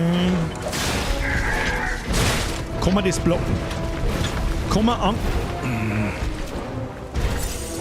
Okay, chill.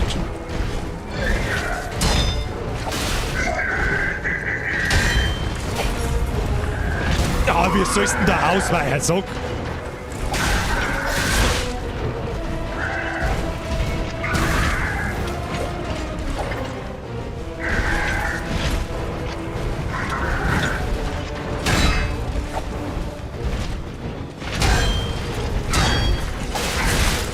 Und kann das nicht zeitgemäß blocken, glaube ich.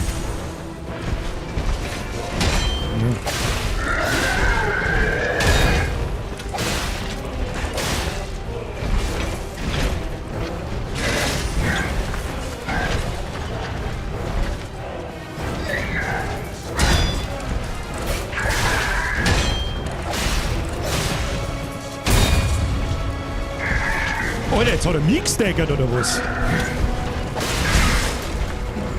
Das wird nix, das sagt der hier, ne?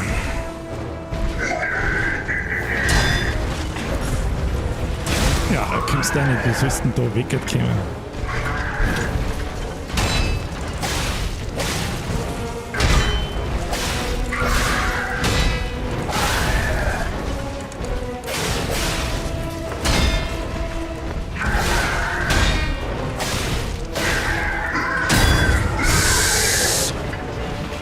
Oh, Phase 2, ja, ganz toll!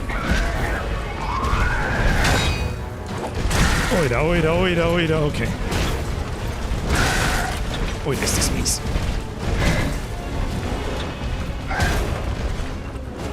Jetzt weiß ich auch nicht so ganz, was ich da soll. Das ist... Ja, der ist nicht leicht. Hoppala. +1! +1 habe ich gesagt! Oh, lassen wir uns nicht aus der Ruhe bringen, der ist machbar, das Angriffsmoveset. Na, kriegen wir hier +1. Wenn du im Bossbereich stirbst, wenn du bei einem Bosskampf stirbst, erscheint das Todesergo am Eingang des Bossbereichs. Das ist fair. Das ist bei Dark Souls nicht so. Ja, ich sage, man macht also krass wenig Schaden. Also das muss lang flawless oberspringen. Ah, das erinnert auch gar nicht an Dark Souls. Aber gut, jetzt schauen wir mal.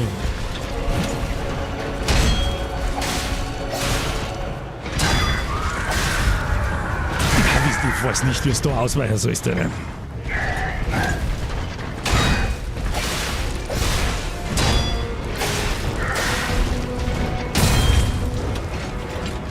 Und selber kein Markstagger drin. Das war, glaube ich, ein perfekter Block, ich weiß nicht.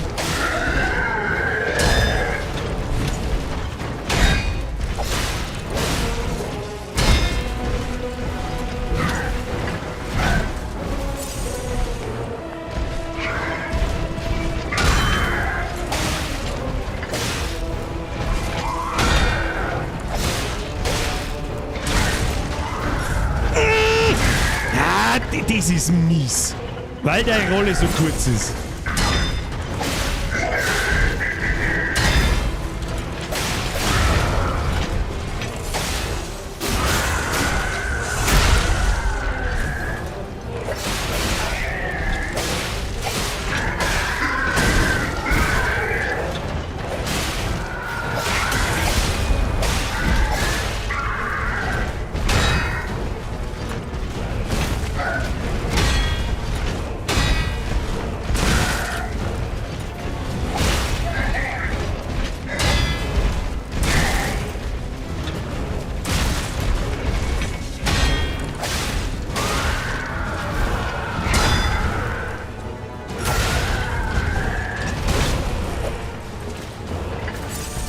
Konzentration.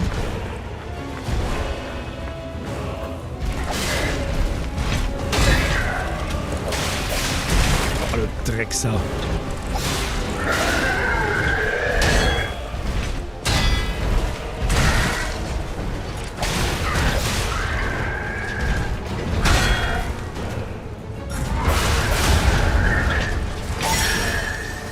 Und jetzt fick dich, du Wichser!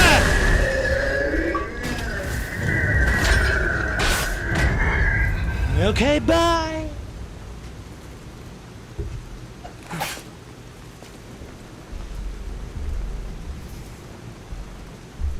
Mein Pro-Game-Auge hat natürlich kurz noch erkannt, dass er in seinem scheiß verfickten roten Schlag gestaggert ist und Gott sei Dank kommen da unterbrechen. Ja, hey, hallo, 2 Tries beim ersten Mal, hallo. Absolutes Pro-Gaming. Sehe überhaupt nichts. Du, weg. Fetter Kasperlkopf, so GG, easy noob / dance, motherfucker! GG, easy noob / dance, mother... So, nächster, wo sind wir? Keine Ahnung, hat der jetzt auch was droppt oder irgendein Scheiß, ich hab nicht aufpasst. Wo haben wir hergekommen? Da hinten, keine Ahnung. Ja, Wahnsinn. Ja, kannst du heimgehen. Komm schon. Fettsack Krusty. Ja. Haben wir da gekommen? Nein, da haben wir nicht gekommen. Und da liegt schon wieder Tote. Sechs ganz genau. Stehst doch auf, möchte du beten. Okay, her. Tim, lass dir helfen. Was ist mit dir? Also reden.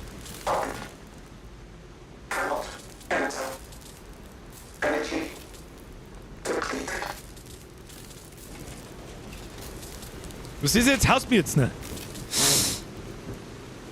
Du musst auch mit Y und LB plus Y die kurzen Boni aktivieren. War lecker und die habe ich jetzt gar nicht gedacht, muss ich ganz ehrlich sagen. Ich sag jetzt auch, wie es ist, ich war so konzentriert drauf, in Time zum Blocken.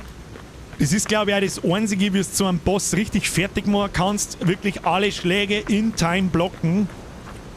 Dass du kein Leben verlierst, wenn er zuhaut, das geht offensichtlich, außer bei den Roten natürlich, aber die kann man auch perfekt blocken. Das habe ich wieder vergessen. Das habe ich so in meinem Hirn drin, wenn der rot wird, dass ich nicht ausweichen und nicht blocken kann. Selbst die kann ich blocken, aber ich muss halt perfekt blocken. Ja, egal, er liegt da am zweiten Mal. Was kann denn jetzt Y eigentlich?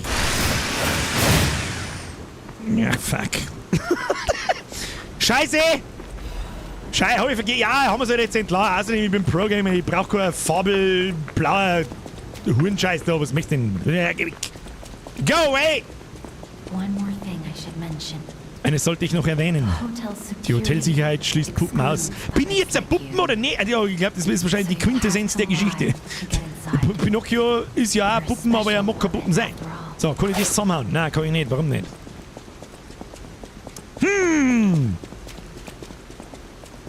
Ich muss sagen, ich bin bis jetzt halt positiv überrascht. Sag ich ganz ehrlich. Sage ich ganz ehrlich. Es ist schwer, da brauchen wir nicht schmerzen. Schaut jetzt wahrscheinlich auch einfacher aus, wie es tatsächlich ist. Da gibt's was zum Looten. Möchtest du wetten, dass einer von euch Klappspaten aufsteht? Jetzt lege ich Moment ins Feuer.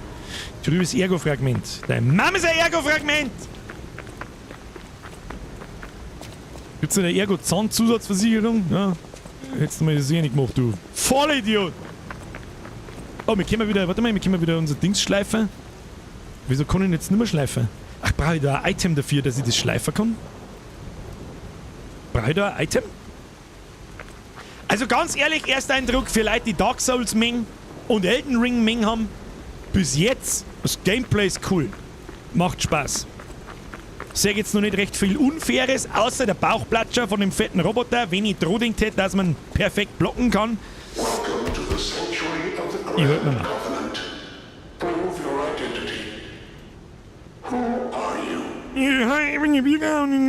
Hallo.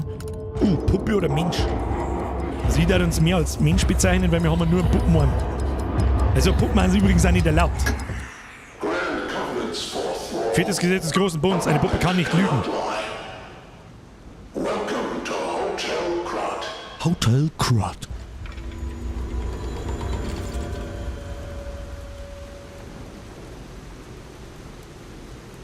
Jetzt, der Luke Range schreibt, siehst du, wenn du liegst, verlängert sich dein Nosen, dein Schwert oder was anderes. Warte, ich schau nach. Ich bin mir nicht sicher, ob das. Wir wissen alle, was wir meinen mit was anderem, aber schau einmal mal. Sagst du, wie es ist, Alter? Das ist ein Bubi, oder? Wenn, dann ist er ganz kleines Bubi. Wenn der Mitte 20 ist, dann ist das kein Bubi. Ja, dann waren wir wieder ein bisschen. Was das was ist. Aber gut, ist mir scheißegal. Oh. Music intensifies. Ja, dann die Songs Tutorial ist abgeschlossen. Der Noob-Filter-Boss. Oh. Cool ausschauen tut's auch. Also Grafik ist vollkommen in Ordnung. Der Ring ist ein bisschen. Offensichtlich ist das Tutorial abgeschlossen damit. Lies of. Sagt man jetzt eigentlich Lies of Pi oder Lies of Pi oder Lies of. Ich bin für Lies of. Oder vielleicht Lies of.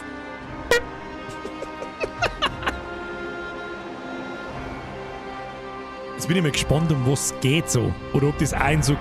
Oh.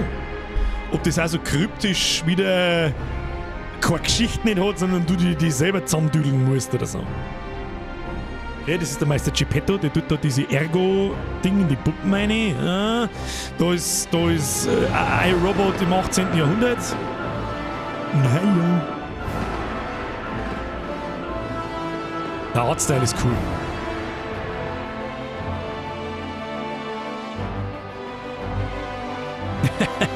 Lies of Cool. Naja, gut. Haben wir es durchgespielt? Das war's mit Lies of Pi. Es ist Viertel nach 9. Okay, das ist wieder mal so ein Moment, da wo ich eigentlich mit Dreiviertel 9 gerechnet habe. Oh nein! Die erste Puppe im Aufstand! Dann tanzen die Puppen um die Leichen. Ich sehe schon. Der Hacke Sepp und der Holzfuß Hans hackeln die Bevölkerung zu Kloppmatsche. Oh, das habe ich gar nicht gesehen, der hat da Leichen hinten drin. Geiler Typ.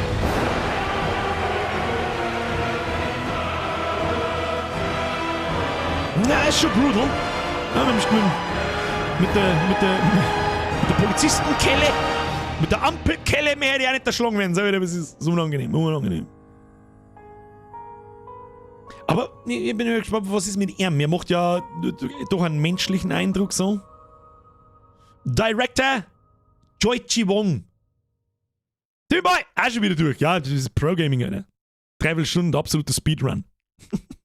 Merci dir. So, jetzt passen wir mal ein wenig auf, vielleicht kriegen wir ein bisschen was erklärt, um was das grob geht. Das erinnert mich auch nicht sofort an Tag so, Miete.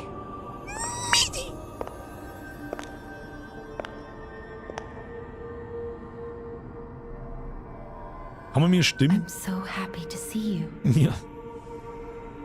Erinnert mich auch an die alte im I am Dark Souls 3. Sophia. Sophia. I've been waiting for you. Ja, ich hab dich gesucht. Searched all over the city of Krat to find you. Wie bist denn da You must durchgekommen? have questions. Geppetto will have answers. But we have to find him first. Das ist was im... He was im last seen on Elysian Boulevard. Ja. All of Krat is dangerous for humans.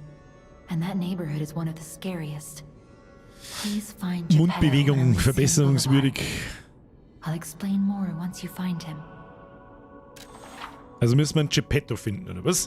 Du kannst über Sophia mit Hilfe von Ergo einen Stufenausstieg durchführen. Du kannst deine Werte erhöhen, wenn du aufsteigst. Ja, das haben wir ja quasi schon gemacht. Also haben wir schon ein bisschen vorausgecheatet offensichtlich, aber das ist ja more than obvious, da ich sagen.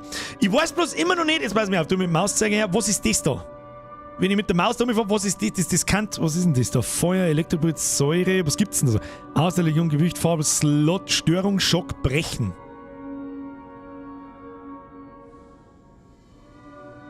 Alter, was weiß ich, oder? Das ist halt Elektro.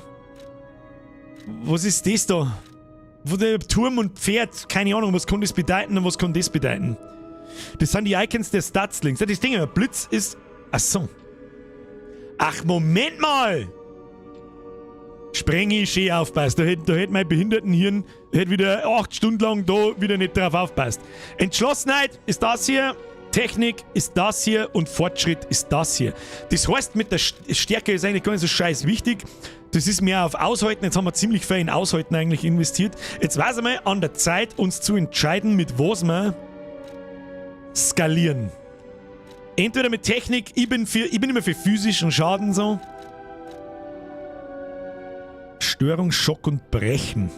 Das passt mir Obacht. Brechen ist wahrscheinlich der Wert, wann der Gegner und der Boss so gestaggert ist, dass man den tödlichen Angriff machen kann. Und der ist unfassbar OP. Das habe ich jetzt schon gespannt so. Ja, Sprengi Co-Programmer ist richtig. Warte, Achtung, ich wieder so, Achtung, Fortschritt, Technik, Entschlossenheit. Okay, hab's schon verstanden. Ich bin auf alle Fälle dafür, dass man mal Technik oder Entschlossenheit nimmt. Momentan skaliert unsere Waffen nur mit Entschlossenheit und Technik und unsere Legionswaffe auch. Und beides mit C, also ist wurscht. Ich sag das, was es ist. Ich nehme den ersten Wert. Skill jetzt da mehr eine, nicht genug Ergo. Machen wir so Entschlossenheit. Machen wir ein bisschen mehr Schaden. Mehr Schaden schaut nie. Und wir brauchen 242 Ergo für die nächsten Stufen. Look at Gemini. Schau dir Gemini an. I think he's in Ich glaube, shock. er steht unter Schock. Gemini is fine. Wer zur Hölle ist denn Gemini? That's proof you're broken. The real Gemini isn't so calm. Säuse ist gleich Blutschaden. But Im perhaps Prinzip I das can fix gleiche him. wahrscheinlich, ja. Or perhaps he'll fix himself in time. Wait, take this pocket watch. Pocket Watch. Krat is a labyrinth of peril right now. This watch will guide you to a safe place. Ah. Be careful, clever one. Als hätte ich es alles schon mal gehört. Jetzt ist Dark Souls 3 wirklich 8 Jahre her, wo ich da eingesuchtelt habe wie ein Behinderter. Und alles gefühlt schon einmal gehört. Be careful, Ashen One. Und da heißt es einfach, be careful, clever one. Es ist halt schon sehr nah dran. Aber es ist ja in Ordnung. Ist in Ordnung, ist mir wurscht. So, nochmal Waffenhaltbarkeit. Da werde ich wahrscheinlich diesen Schleifstein brauchen. Das ist im Prinzip, das ist auch wie in Dark Souls 3. Da hast du auch deinen Unterschlupf, da kann noch nichts passieren, da haben keine Gegner, das ist mehr oder weniger so dein Lager. Und auf dem Weg dahin, ja genau, haben da lauter so Charaktere, mit denen du was machen kannst. Und da schauen wir jetzt mal ein bisschen rundherum. Unexpected guests are welcome. Antonio! We don't insist on reservations. I am Antonia, and this is my hotel. Welcome. Oh, I knew from the moment we met that you're Geppetto's puppet. He might have a few loose screws, but Geppetto's skills are undiminished. It's a shame. He took off for Elysian Boulevard, and he never came back. If it doesn't turn up soon, we'll have to make a new coffin. Oh, Sie hat I forgot. dunkler Humor für so eine alte I was Schachtel. keeping this for him. It comes with a long story. But I think it's better off with you. Please find that old man. And do take care of yourself out there. Okay. Jemandes Erinnerung, Kleidung anzeigen. Geste erhalten. Rüste Gürtel, irgendwas haben wir jetzt gekriegt. Was haben wir jetzt gekriegt? Verwalte deine Gegenstände. Der Schleifer, die Waffen sinkt jedes Mal. Im Kampf ist der Schleifer die Rettung. Die Schärfe der Klinge kann über Leben oder Tod entscheiden. Benutze einen Schleifer, um deine Waffe zu reparieren. Wenn die Haltbarkeit auf 0 sinkt, verringert sich der Angriff und die Waffe kann nicht mehr mit Schleifer repariert werden. Daher ist es ratsam, die Haltbarkeit im Auge zu behalten. Aber da brauchen wir dann in irgendeinem, wie soll ich sagen, jetzt nehmen wir erst einmal das her. Plus, wie viel Ergo brauchen wir? 241, habe ich gesagt. Jetzt, wenn wir diese Seele da hernehmen, oder ich nehme jetzt einfach mal ein buntes Fragment her, das nehmen wir benutzen wir eins. Okay, schade, es gibt in Dark Souls gibt es nochmal so eine Animation irgendwie, wo so eine Seele zerbricht. Dann haben wir wieder 1000 Ergo, können wir nochmal eine Runden aufleveln, stecken wir gleich noch das nächste in den Schaden hinein. Das kann nicht schon. Jetzt gehen wir mit zu. Na, das wollte man nicht bei ihrer kommen aufleveln da herin, gell? Ja, Stufenaufstieg, jawohl. Entschlossenheit. Haben wir noch eine, jawohl. Dann haben wir noch 58 Ergo übrig. Das ist jetzt nicht tragisch, wenn wir das verlieren. Das ist in Ordnung. So. Warum ist jetzt meine Waffen eigentlich... Ich hab doch den Schleifer gar nicht hergenommen. Schalten wir wieder ein.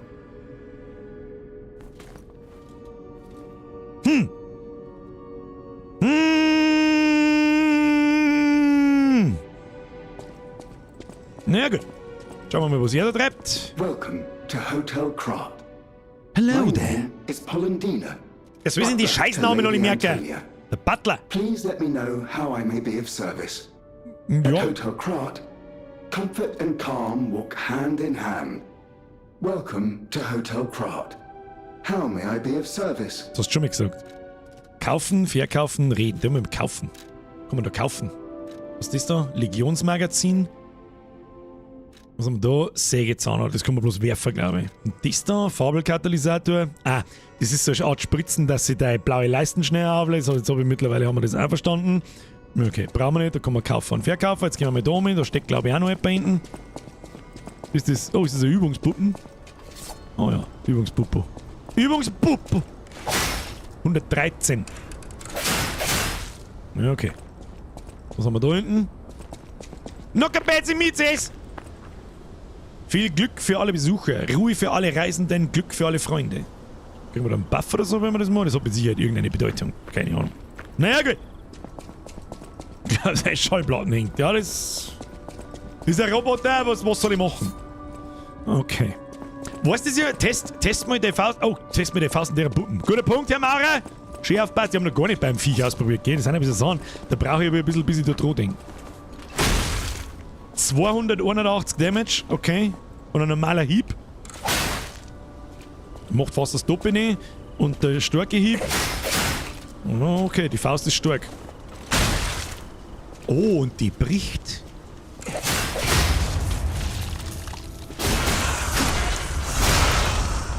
Also, um mal ein bisschen kurz zu erklären, was da genau passiert, falls irgendjemand vielleicht nicht folgen kann, weil er es nicht so ganz... weil er halt seine Spiele nicht kennt.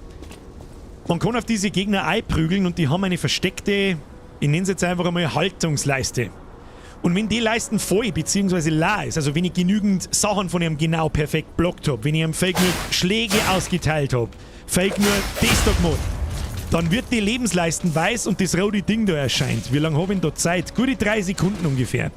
Und wenn ich dann hindrücke, pass auf, nochmal, und wenn ich dann eine einfache Attacke mache, dann tue ich nichts mehr und er hält den Gegner fest und prügelt ihn zur Scheiße.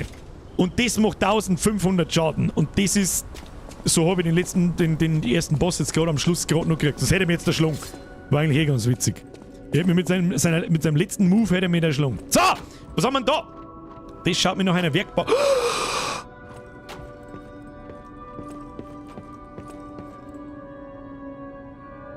ist die? Das ist die, Hovercat.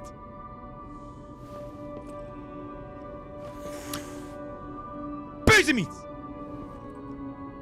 Und ich muss ja, da gar nichts da. Na! Ist ja gut.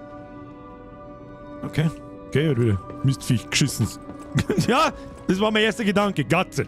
Gatze streicheln. I heard about you from Geppetto, but to see you in Eugene. person. Eugenie? Wow. You should take this. Geppetto left it with me. Krieg, was hab ich? Waffen? Krieg, Waffe, gib Waffe! Gib! Wahrscheinlich skaliert die jetzt wieder mit was anderem, ist sowieso klar. Oh! Lass mich raten, der Sekiro-Greifhaken. Mieser Gatze. Legionswaffe. Die Legionswaffe ist eine spezielle Ausrüstung, die am linken Arm angebracht wird. Jede Legionswaffe hat ihre eigenen Kampffertigkeiten. Legionswaffen können auf unterschiedlichste Weise modifiziert werden. Die Modifikationen können mit der Venigni Handwerksmaschine vorgenommen werden, was auch immer das ist, aber das wird man sich jetzt wahrscheinlich gleich sagen. Was kann das? LT Puppenschnur. Na gut, geht da herin nicht, aber gut. The sound of it alone. That Ich hab das Gefühl, das ist ein gutes Spiel. Also ohne Witz. You must be something else. A custom arm from Geppetto himself is quite an accessory. Ich glaube, der Geppetto ist mein Papi. I forgot to introduce myself. I am Eugenie from the Workshop Union. I know my way around weapons of all kinds. I'm Dachte ich sure mir. Master Geppetto would agree. If any of your weapons need work, bring them to me. Bitte. I know my way around a weapon. Want me to look? Bitteschön. Waffe ver... Oh, das war jetzt die nächste Frage gewesen. Man kann in Elden Ring und in Dark Souls etc. kann man ja Waffen aufleveln. Das heißt, es gibt irgendeine Währung, die du irgendwo looten kannst, was auch immer die ist. Ich glaube, sie haben wir noch nicht gefunden. Wenn wir mal Waffe verbessern. Waffen verbessern. Wenn du einen Mondstein, genau, hast, kann Eugenie die helfen, die Klinge einer Waffe zu verbessern. Die Angriffskraft der Waffe wird erhöht, wenn du die Klinge verbesserst. Einige Klingen können nur mit einem speziellen Mondstein verbessert werden. Wie in Dark Souls. Das heißt, das weiß mir auf, Klinge verbessern, Anzeige umschalten. Das ist, ja, wir haben was ist da schon wieder los? Panda Lifestyle, da bin ich mittendrin, Alter. Was ist jetzt? Wir müssen uns konzentrieren, Alter. Wir haben, glaube ich, ein gutes Spiel vor uns. Panda Lifestyle, halt! Heute mal ein wenig später, sicherlich. Lieber später bei mir. Gibt da, für was gibt's da Nachschau-Squad, oder? Panda, mehr dir. 10 ist 2! Mondstein, Flieg und Sieg. Weiß ich noch nicht, den hau ich jetzt da noch nicht ein. Da bin ich dann so den Spalmer. Aber, wir dachten mal schon einmal sehen, man kann jetzt, wir haben jetzt da dieselbe Klinge einer Puppe. Ich möchte jetzt erst einmal abwarten, wir haben noch keine einzige andere Waffen gefunden. Und vor allem, was genau werte denn da auf? Ich kann ja offensichtlich meine Waffe aus Griff und aus Klinge umbauen. Was werten die jetzt da auf? Die Zusammenstellung? Kann ich das wieder auseinanderbauen? Kapier ich nicht. Aber gut. Wenn wir es auf Level 1 aufwerten, dann geht der physische Angriff von 100 auf 110. Ich glaube, das ist jetzt nicht recht kriegsentscheidend. Lass mal, wie es ist. Den Mondstein verhauen wir jetzt nicht. Was kann sie sonst noch? Da waren wir eh schon. Griff ändern. Okay, Griff ändern. Mit Hilfe von Eugenies Kurbeln kannst du Waffengriffe verändern. Die Eigenschaften jedes Griffs verbessern sich je nach den Standardfertigkeiten deines Charakters. Du kannst diese Eigenschaft und den Grad einmal mit einer Griffänderung verändern. Einmal. Du kannst dies jederzeit mit einer ausgeglichenen Kurbel wieder mit einem Item zurücksetzen. Okay. Ich mag aber jetzt da die Sachen nicht ausgeben. Außerdem, das sind die Teile, wo wir da finden. Entschlossenheitskurbel, Technikkurbel, Fortschrittkurbel, Ausgewogenheitskurbel. Und wenn wir das anwenden, dann sagt man oben, an das meine Stats da oben? An das meine Stats oder die Stats vom Griff?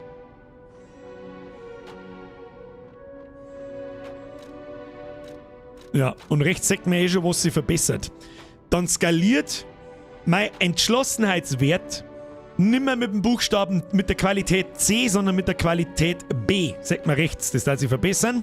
Heißt, wir machen mehr Schaden. Steht rechts unten, darf man dann plus 16 Damage machen. Und wenn wir jetzt eine Entschlossenheitskurbel da reinstecken und 500 Ergo. Dafür skaliert es mit Technik weniger. Darum rennt, und das wird wahrscheinlich mit allen anderen Waffen, die wir sonst noch so finden, oder Griffen oder was auch immer, ähnlich funktionieren, dass du immer einen Wert dann pushen kannst und einen Vektor kannst, Darum rentiert sie das Skillen eigentlich nur in einen von den 3 Dinger da. In einen von den 3 Stats. Entschlossenheit, Technik, Fortschritt. Außer man findet vielleicht einmal eine Waffen, wo mit Entschlossenheit und Technik auf S skaliert. Keine Ahnung. Also, so in etwa. Ja, das haben wir 2 gelabert, ich hab's schon verstanden, wird schon passen. So, reden, Waffe. Also, man kann nur einen Griff ändern, aber. Warte mal nochmal. Aber die Klinge nicht. Okay. Ja, wird schon passen. Was ist da wieder los? Herr Winzer, mehr als für einen Resub. Chris, Gott bedankt. Hashtag Nachschau-Squad. Press F für die Nachschau-Squad. So, gut, da können wir Waffen verbessern. Ich mag jetzt eigentlich ehrlich gesagt noch ein wenig weiterspielen. Das ist nämlich fucking halbe 10. Leck mir doch am Arsch dann!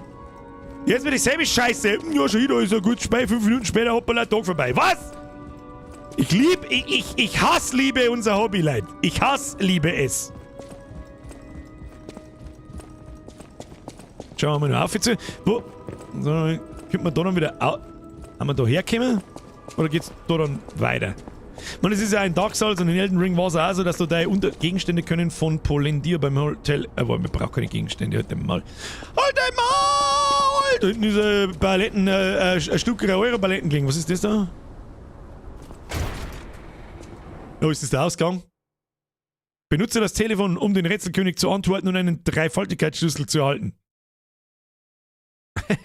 Rechts unten Ladebalken am Lügen. Sollte für Gericht! Haben wir da... Da haben wir gekommen, oder? Da haben wir doch draußen den Kasperl zusammendroschen. Und dann sind wir da gekommen. Jetzt gehen wir wieder rein. Nein, das ist der... Da war es jetzt weitergegangen, oder? Fuck! Ja, also wurscht, speichert man nochmal schnell. Enterhaken, Action, let's go. Da bin ich jetzt gespannt, was unser Arm-Enterhaken-Dings kann. Ich kann mir vorstellen, nicht so wie in Sekiro, dass du dann auf einmal überall umeinander springst, was ziemlich cool wäre. Das wird die Vertikalität des Leveldesigns wahrscheinlich ein bisschen fördern. Aber da man das Ding wechseln kann, kann ich mir nicht vorstellen, dass das eine grundlegende Spielmechanik ist. Bei Sekiro hast du ja auch eigentlich immer... Da geht's ja voll umeinander drin. Warte mal, da Tür öffnen. Du benötigst Schlüssel für den Eingang Rosa Isabella Straße. Ah, das sind die anderen Ausgänge, wo es dann weitergeht. Ja, okay, chill. Chill die Kniescheibe, hauen sie rein, wir gehen mal, oder einmal speichern wir noch schnell, ich weiß nicht, ob wir dazwischen was da haben, nicht, dass das verloren ist. Gehen wir noch einmal schnell daher. Das ist wahrscheinlich nichts anderes, wie wenn wir da Legion-Lager benutzen, zu Stargazer teleportieren. Du kannst dich von einem Stargazer zu einem anderen teleportieren, du kannst nur zu denen reisen, die du aktiviert hast. Ja, ist mir schon klar. Und da, ja gut, das muss man sich halt gut stehen ins Vorschau-Battle, damit ich weiß, wo wir waren. Das ist der Start. Das ist, glaube ich, kurz... Das ist der Start und das ist kurz vorm Kasperl und... Ja, okay, hab schon verstanden. Ja, gut, auf, zurück. Maxi-Test, was Dollar! Es gibt nichts Besseres als ein Bürger noch da oben beim Zocken zu schreiben. Grüße aus dem Tegernsee. Da, es gibt was Besseres. Ein Tegernsee dabei zum Saufen und selber zum Schwimmen vielleicht noch. Merci dir. Schöne Grüße an... Wirklich vom Ding oder was? Mr. Blackbeast! Schon wieder ein nice Mitglied. Heute ist Member Micker, glaube ich. Blackbeastie. Welcome to the Squad. Merci für die Mitgliedschaft. Und Dankeschön. Bei mir steht da... Seltsam ist, ich sehe im Chat, du hast ein lilas Icon da. Das heißt, du warst schon mal Mitglied. Aber bei mir steht, has become a member, du bist ein nice Mitglied. Ist mir wurscht. Ab in den Chat, ab in die einen Blackbeast. Wenn ihr mitmacht...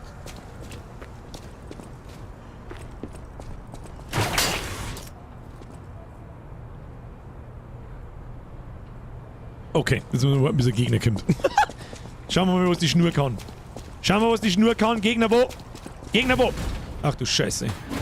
Hey, let's be more careful. The Black Rabbit Brotherhood.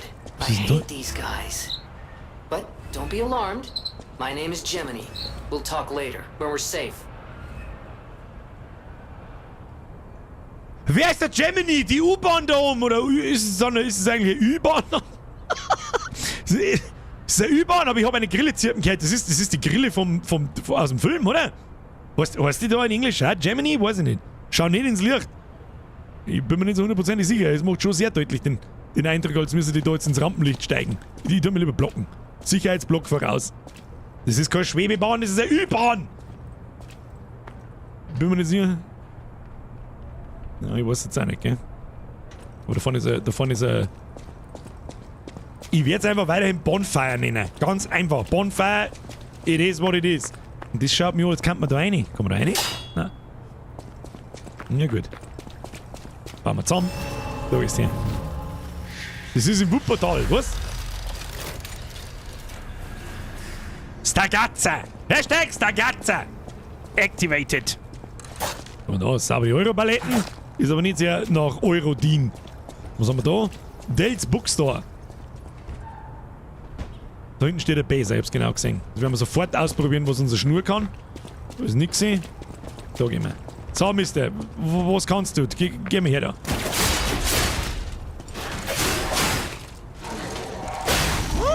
Ah, das darf die ganze Kampfgeschichte um einiges beschleunigen, wenn ich da so drüber nachdenke. Der coole Gegnerherzung ist einfach immer geil. Und toll. Da haben wir jetzt so eine prügeln müssen, das hilft jetzt nicht. Waffenhaltbarkeit kann ich da jetzt das tatsächlich. Also ich brauche da nichts, irgendwas Verbrauchsgegenstand oder so, man kann da einfach eine schleifen, gut. So, jetzt nicht. Nein, Birger, mit der wir da jetzt nicht eine rushen, wir spielen mal genau. Was mit dir?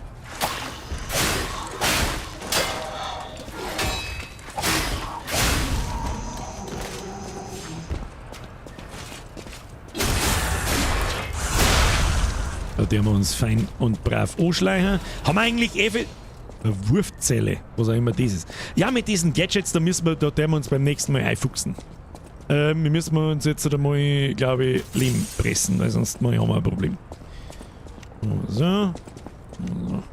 Nur die Ruhe. Elysian Boulevard was a regular rich people row. You wanted fancy boutiques and shops. Wo ist denn der? No place better. Sag nicht. Ich glaube von dem... That was long ago. Before the puppet frenzy. Schluss mit dir, Kasperlkopf. Es schaut nach Abkürzung aus. Geht jetzt das da nicht? Ach, da scheint irgendwas kaputt zu sein. Oder geht das dann bloß... Ach, das geht von der anderen Seite. Okay. Ja, hätte mich jetzt ja gewundert, das war eine Abkürzung, die war schon sehr nah da. Von wo sie das Abkürzung sein. Das schaut aber schon ein bisschen so aus, als dass man da reinkommen, aber ich glaub's nicht. Was haben wir da? Ein Hundi, das war mir klar.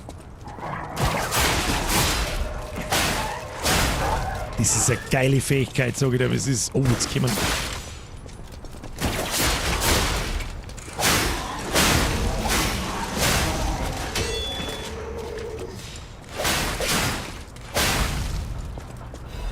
Es ist eine geile Fähigkeit, wenn du diese Arschlöcher Reinigungsampulle, Attributsstatus Leiden entfernen. Was ist denn das? Warum? Was ich auch krass finde, ist, wie dermaßen lettig unser Schiensweis sehen wir das. Die Gegner kommen auf den Haken nicht mehr klar. Ja, hoffentlich. Kiste, Kiste! Loot ist immer gut. Lada F150 Rahmen. Das schaut aus wie, jetzt warte mal, Charakterinfo. Na, das ist nicht. Einstellungen, Tasche.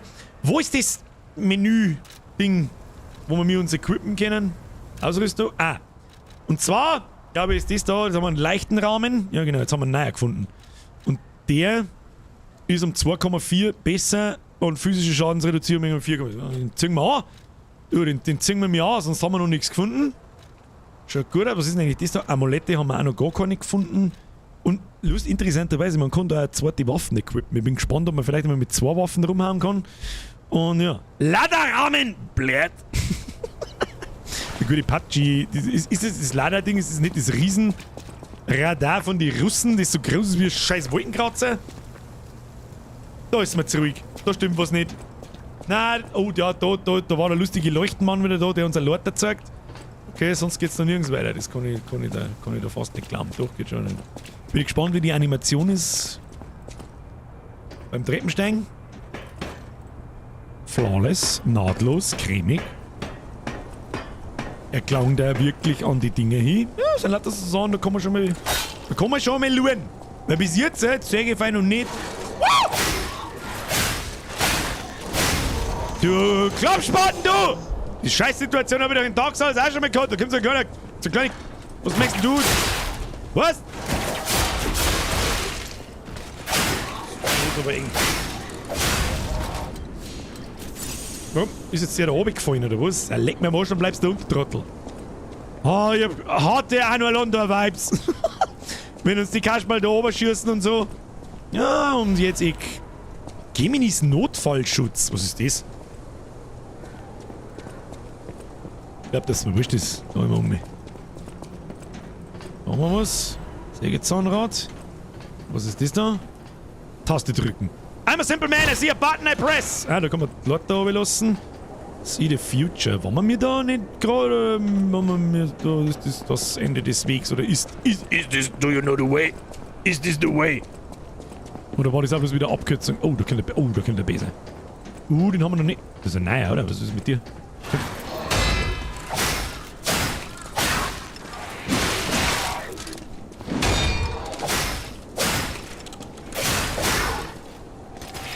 Nein, nicht mal! Nein!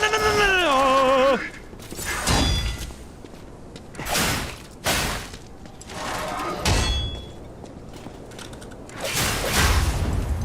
Das wollte ich erreichen. Gestaggert und aufgeschlitzt, mein Freund! Bis du wieder hinterherkommst, dabei geht die Welt unter, du Kasperl, du! Ein Sternfragment! Attributreinigungsampulle, was auch immer das bedeutet, ich hab absolut keine Ahnung, ist mir jetzt gerade auch wurscht. Ich bin Pro-Gamer, brauch keinen Scheiß nicht! Wölfchen! Was ist denn mit dir? Jetzt hast du zweimal da einen Zwickleiner geschissen, damit ich das... Was tust denn du? Faust nicht vergessen. Ja, stimmt. Aber, jetzt pass mich an, siehst du das da unten? Das ist die Anzeige... Wölfchen, ich lese gleich vor, ich bin gleich wieder da. Siehst du die Anzeige da unten? Das ist diese Anzeige für die Puppenschnur. Und da ist so eine Lebensanzeige dort. Und wenn die aufbraucht ist, weiß ich nicht, wie man die wieder auffüllt. Weiß das jemand? Ich komme mir jetzt sehr gut vor, pass auf, ich probiere die Schnur. Das wollte ich nämlich gerade machen. Da, geht nicht. Schnur ist geil. Weiß ich nicht, muss ich da eine Schnur finden oder? Wölfchen, dankeschön. Trivia. Im Original hieß die Grille Jiminy. Hört sich aber ebenso an wie Gemini. Latein für Zwilling. Fun Fact, im italienischen Original tötet Pinocchio die Grille, die danach aber dennoch immer wieder als sein Gewissen auftaucht. Das ist wirklich was ich nicht gewusst habe. Das hab ich nicht gewusst. Seite hat gehangen, passt schon. Also es ist schon bloß einmal. Wenn nicht, dann zurück mindestens das zweite Mal. Ich verstehe sowieso nicht, der Moment, wenn sogar Moderatoren spenden. Das sind Dinge, die verstehe ich nicht. Oder kurz rausgehen und beim Rejoinen erstmal Wahlwerbung von YouTube eingedrückt kriegt. Nice! Der Drancry, der Law! Gut. Storytime vom Wölkchen, merci dir. Sicher. Die Foxens und jetzt auf mit den Riesenbeträgen, ohne Scheiß. Maxi! Ich muss aber zugeben, dass ich die erst geschaut habe, wo du Visage gesagt hast. Sorry, Meister. Ja, oben. Oh nein, das war vor 4 Jahren. Scheiße, du bist jetzt seit 4 Jahren dabei. Das geht aber gar nicht, oder? Scheiß Langquins, was ist mit dir? Das ist aber nicht sehr loyal. Merci dir. Schluss jetzt mit den Riesenbeträgen. Ich weiß nicht, warum ich jetzt da oben gehe. Haben wir da gekommen? Ach, das ist die Abkürzung zu unserem Bonfire da hinten. Ja, die kriegen wir schon. Ja, ich bin Pro-Gamer. Ich brauche jetzt doch nicht nur mit Nylon. Wenn sie sich die Trottel da nur mit der Schlag alle. Ja, ab. Wir kriegen jetzt einfach No-Hit. No-Hit-Run wird das jetzt. Ich glaub's nicht. Aber egal. Das darf man auch nicht vergessen da. Stornhandel! Ich bin müde. Sehr sogar. Das ist doch auch irgendwo her. Das ist doch... Ist das nicht aus 8 Mile? Glaube ich schon. Vorschläger. Tödlicher Angriff! Von hinten! Oh, der Norden. Oh, shit. Oh, jetzt wollen sie... Na!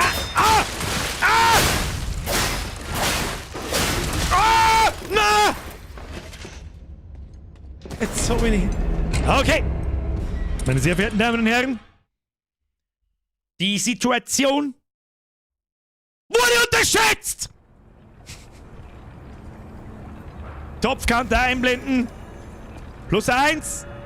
Oder hörst jetzt auf, im Ernst jetzt. +1, helft nicht. Verdammte Depfti. Ich habe die Situation gnadenlos unterschätzt, Kinder. Ich sag, wenn's aufhört. Ja, das ist irgendwo richtig. Please. Stop it now. Bussi aufs Nussi natürlich, merci dir, aber es ist genug jetzt, okay? Es ist okay. Klang wieder bis nächstes Jahr Dezember. Merci dir. Merci dir! Ich weiß schon bald nicht mehr, was ich sagen soll, weil es schon 5 Mal normal ist. Das gleich mit dem Scheiß Klump da umeinander werfen.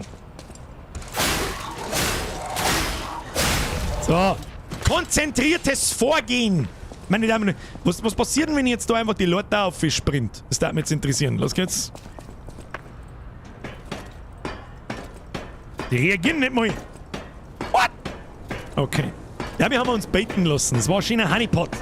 Schöner Honeypot, schöner Bait. Schauen wir da, ob wir den Abstieg hätten. Vor allem hat er mir einfallen, dass er schnell zuhaut. Ich glaube, das tut ein wenig am Vogel aus. Da geh her.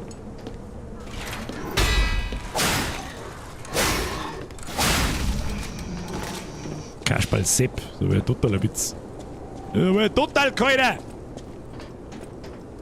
Außerdem heiße ich Marius, nicht Max. Ja, ich habe irgendwie bloß MA und X gelesen. Jetzt ist es schon wieder... Ich flippe aus mit dir. Hansi! Hast du mein Ton übersehen? Wo? Hansi, jetzt nicht nochmal dasselbe. Mein Gott, Leute, ohne Scheiß. Wie oft soll ich noch sagen, wo... Da! Achtung, Hansi, merci dir. Servus, bitte Zeiler! Nur schnell Brotzeit vor der Nachtschiss und nebenbei Bier schauen. Was ist das für ein Spiel und was geht's ganz grob? Chris ein Ding. Ich bin der Pinocchio. Das hört sich jetzt bescheuert an, aber es ist so. Und um was es geht, weiß ich auch nicht. Ich bin genauso lange dabei wie du. Merci dir! Ich nenne dir einfach jetzt Exit. Hosenträg. Außerdem heiße ich Marius, nicht Max. Das kann man doch hin, ich merke. Ohne Scheiß, Schluss jetzt. Okay? Please, stop it. Diesmal Faust reinhauen. Proxy, that's the plan. Pass auf, den Huhn, den ziehen wir raus. Oder merci dir jetzt, ohne Scheiß. Bitte hört jetzt auf mit der Umeinander-Netterei. Lass den alten Fettsack spielen. Frechheit! Moment, da müssen wir aufziehen. Hätten wir da einmal lieber gespeichert und gelevelt ab. Ja, genau. Wir sind so schön da her und dann stehen wir diesen Hund ab. Und dann... Wo kommt denn da der Rest her? Der muss ja da... Ah, was ist da das? Da muss er... Da liegt einer. Geh mir wieder nicht hin. Ja, toll. Ja, toll! Ja, das ist halt mies. Das ist ein Dark Souls mies. Wenn's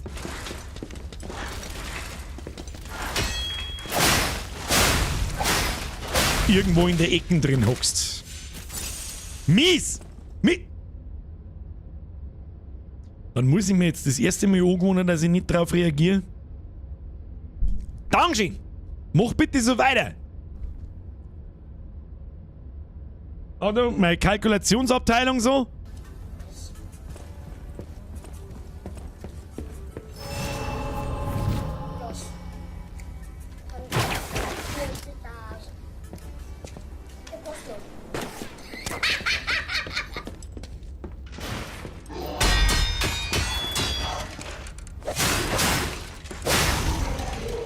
Alter, der ist mies. Hast du das jetzt gesehen? Der rennt mit seiner komischen, weiß ich nicht, das schaut aus wie mit seiner Blech-Scheiß-Bürsten und fährt da in den Solarplexus hinein. Also wirklich, gegen zwei Kopflose kannst du nicht verlieren. Du, wenn die einer von vorn fegelt und einer von hinten und von draußen der Klobürsten selbst nur einer spaziert, dann schon. Ja, toll. Das sind Sachen, die sind mies. Du sägst nämlich den Gegner noch nicht und er schießt da draußen schon auf die, das ist nicht nett. Spui, das ist nicht nett. Da geht jetzt schon wieder Leute da oben, oder was? Na gut. Da gäb's mir aber zuerst da herum umeinander. Das sagt er ich. Nein, ja okay. So ist brav. Marius. Mr. Exit. Was tut er so? Schluss. Nee, ja, stopp. Ich sag nichts. Entschuldigung, ich bin's so gewohnt. Bussi aufs Nussi, danke dir. Da ist schon wieder einer oben. Er schießt wieder oben, möchtest weten? Was ist mit dir? Oh, lecker, die werfen einen Pop. Was war denn das? Lochterdrecker, wirft mir irgendeine komische Elektrobomben runter. Bist du behindert? Ab! Geh doch die Leute da oben und schau, was passiert. Du Arschloch! Hat der Hundling eine Ochsage gehabt? Weiß ich nicht so hundertprozentig. Auf alle Fälle irgendein revolverartiges Etwas. Oh, mir spiegelt man uns sogar da hinten. Das haben Spiele wie Cyberpunk an Tag 1 nicht auf 3 gebracht. Kann ich da oben rutschen?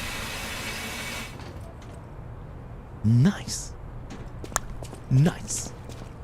Waren wir da schon? Nein, da gibt's Loot.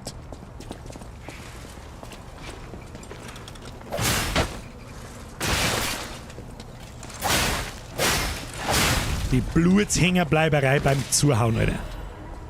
Krieg im da ist die Abkürzung. Jetzt. Gut, dass wir runtergeschaut haben. Trübes Ergo-Fragment. Das nehmen wir natürlich. Und ich hab's gerade übrigens nicht kommentiert, aber ich hoffe, dass jeder kapiert hat. Wir haben da oben ja kurz einmal gestorben jetzt gerade.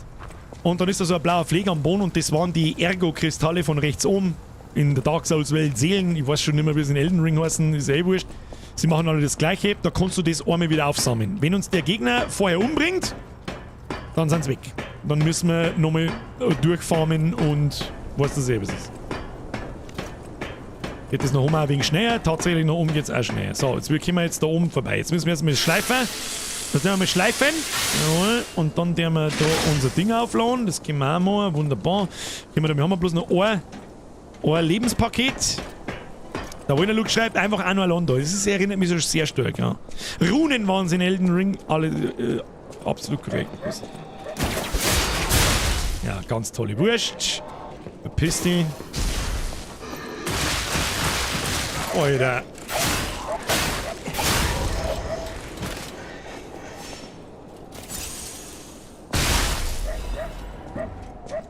Das sind die Sachen, die sind mies. Du kannst nämlich nicht ausweichen und kannst nichts machen. Und ihm kannst auch nichts tun da.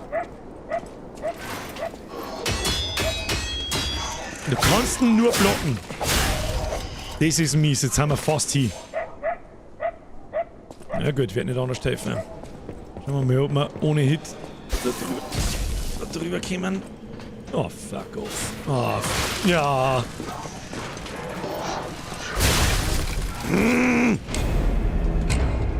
Jetzt sind wir da, wo es anfängt wahrscheinlich unfair zu werden. Jetzt sind wir da, fängt schon an. Plus ein Topf! Bin schon Start! Halt die Klappe! So. Also, wo war die Abkürzung? Wo waren jetzt diese unten? War die Abkürzung? Nein, war's nicht.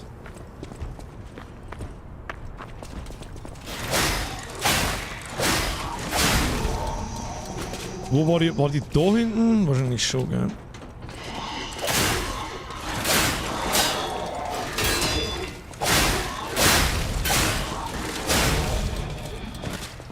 Passt.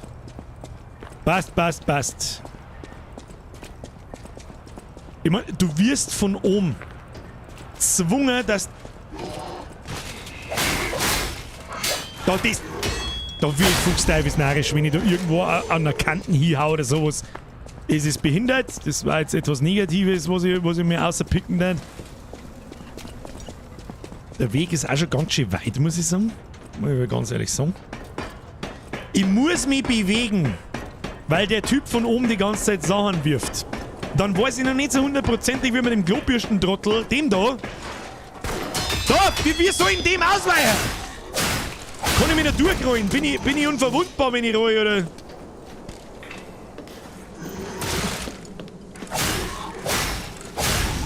Verlieren wir heute schon wieder so eine Flask. Bin ich noch nicht mehr da. Ja gut, Konzentration, werden wir schon rausfinden. Jetzt probieren wir mal, wie man den Typen ausweichen kann. Ich versuche mal durch ihn also die Rolle durch ihn durchzumachen. Probieren wir es. Machen wir so. Ja. So. Das hat sehr gut funktioniert, Birger. Gratuliere. Wunderbar. Sehr gut. Also sehr gut gemacht. Probieren wir es da nochmal. Ach, der kann ja einfach zuhören. Ja. Das ist halt absolut miese Scheiße. Was tue ich jetzt? Oh, shit. Nein, ich kann ja nicht runterziehen, auch nicht, oder was? Toll. Okay. Ja, man jetzt da.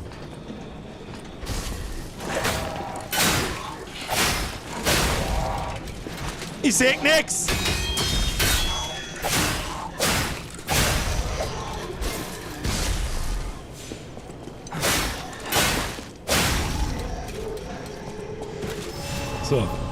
Da haben wir gestorben gewesen vorher. Das heißt, unsere Ergo-Dinger sind wieder da.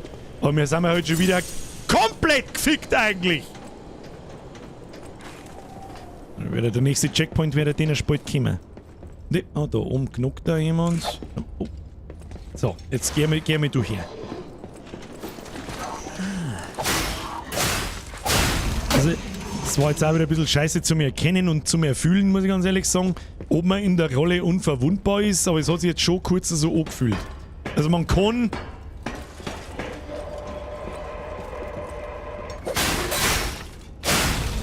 in den Typen einspringen. Sternfragment. Ich möchte nicht Lortan aufgehen. Hallo? Wieso geht nicht? Jetzt geht. Hello! Toll! Danke auch!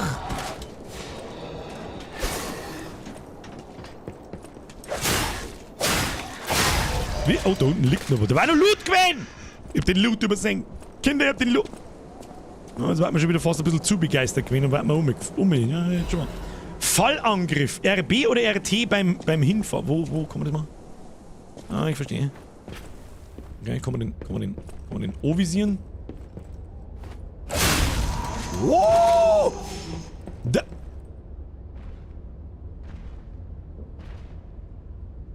Ja, Alter, auf den ohne Checkpoint habe ich jetzt extrem wenig Bock, gell? Vor allem mit nur einem Flas habe ich erst recht keinen Bock! Oh, ich mag jetzt doch nicht sterben. Fuck, man kommt aber auch nicht mehr zurück aus. Okay, bye! Gehen wir einfach mal da durch. Schauen wir, ob wir vielleicht einen Checkpoint finden. Bevor wir uns von dem Typen da draußen zerfegeln lassen. Na, da waren wir gerade. Warte mal. Fuck! Ah, miese Stei. Miese Stei. Da musst du diese Trottel da draußen 500 Mal machen, wenn es jetzt da... Oh. Gefällt mir's da? Also, runtergefallen. Da haben wir mir runtergefallen, oder? Ja. Ah, da hinten war der Checkpoint. Sollen wir einfach da hinten vorbeilaufen und da schlagen wir dann? Ja, Alter. Lass uns jetzt nicht verarschen. Da ist der! Du Volltrottel, kannst du mir am Arsch lecken.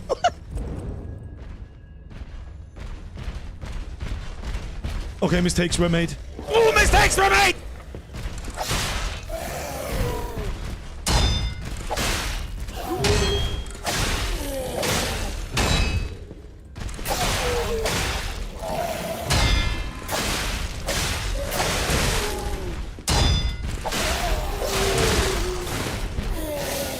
Oh!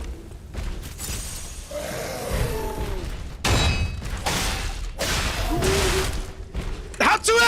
Na!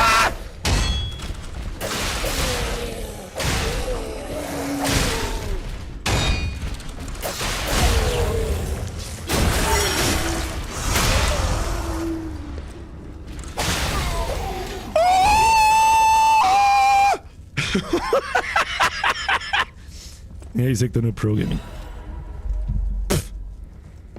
Ich sag da nur Pro-Gaming! Easy! Hallo, ey! Hallo, Ian! Zeit zum Leveln, Alter. Oh, da draußen ist... Der war einfacher gewesen, wenn wir einfach da gekämpft hätten. Und nicht in der, nicht in der Schuhschachtel drin. Im Kleiderschrank. Lootiger Loot! Was haben wir da? Ein Lebensamulett. Da schau hin. Wie ist es gleich wieder gegangen? Ausrüstung. Amulett. Was kann das? Erhöht maximale LP. Ein Amulett, das an einer Puppe angebracht werden kann. Für die Bewegung. Nützliche Informationen und Erinnerungen können in das Symbol eingeprägt werden, um besondere Kräfte hervorzurufen. Schon das geringste Blinzeln reicht aus, um eine Puppe zu bewegen. Puppen haben kein Leben, aber es reicht, um sie zu bewegen. Aber irgendwelche kryptischen Nachrichten ist mir wurscht. Rüst das Ding aus! Kriegen wir mehr Leben. Wie viel mehr Leben? Weiß ich nicht. Zusatztasche, da kann man auch mit Sachen rein, eigentlich, gell? Das müssen wir uns in Ruhe mit durchlesen. Das ist wieder sowas, das ist wieder für ein bisschen Offstream. Und ansonsten, kehrt jetzt mal sauber aufgeklärt, wie spät ist. Natürlich ist 5 nach 10. Nein, gute Spiele, Zeit, aber so schnell vergeht! Kruzifix, Malefizen nochmal! Mal Arschlecken kannst du mich! Was zu Stagazza teleportieren? Ich mag aufleveln!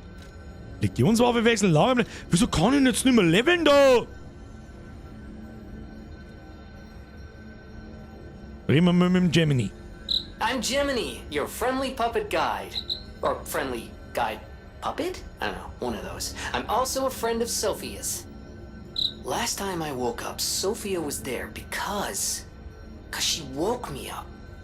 But I'm sure there are still other memories in there. Sorry. Must be the shock. Bear with me, and I'll do my best to guide you. Okay.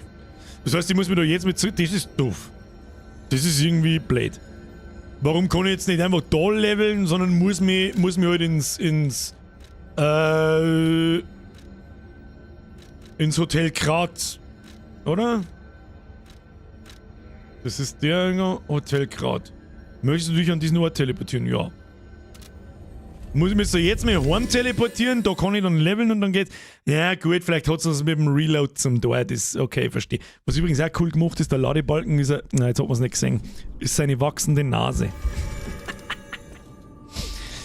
Marius! Wie geht's? Wird's aber langsam Zeit fürs Bett. Das sind die Sachen, die entscheide ich, wenn ich ins Bett gehe. Gott sei Dank noch. Schauen wir mal. Merci dir. Ein bisschen geht schon noch. Schauen wir mal noch ein bisschen in den nächsten Abschnitt, da haben wir noch ein bisschen was sehen. Space, gut. Ich sag das, das Spiel ist gut. Spielen muss man aber mögen, glaube ich. Also ist nicht für jedermann, aber ich glaube, jeder, der Dark Souls hat oder Elden Ring mochte, es ist eher wie Dark Souls, weil das kommt man jetzt da nicht wie eine Open World vor, sondern schon eher schlauchlevelig mit ein paar Verzweigungen und so, was vollkommen in Ordnung ist, mit Abkürzungen, bla bla bla. Reden wir danach noch drüber. Stufenaufstieg, wobei es ist ja da schon wieder 5 nach 10. Wir müssen eigentlich aufhören. Ich kotz gleich. Mehr Ausdauer, mehr LP. Ja. Mehr LP. Hau rein. Nehmen wir. Und dann nehmen wir gleich nochmal mehr. Warte mal, wie viel LP kriegen wir eigentlich dazu da? Sagt man das irgendwie Blockregeneration? Ja, die geht auch jetzt mit 1% auf und mehr Leben. Aber mehr Schaden schaut auch nicht. Was weiß ich, Schaden kann man brauchen. Da gehen uns jetzt echt 8 Ergo ab. Da müssen wir noch so ein Ding nehmen. Sag ich dir, was ist. Wir gehen da einer. Wir nehmen für 100 Ergo nehmen wir so ein Ding. Benutzen. Jawohl.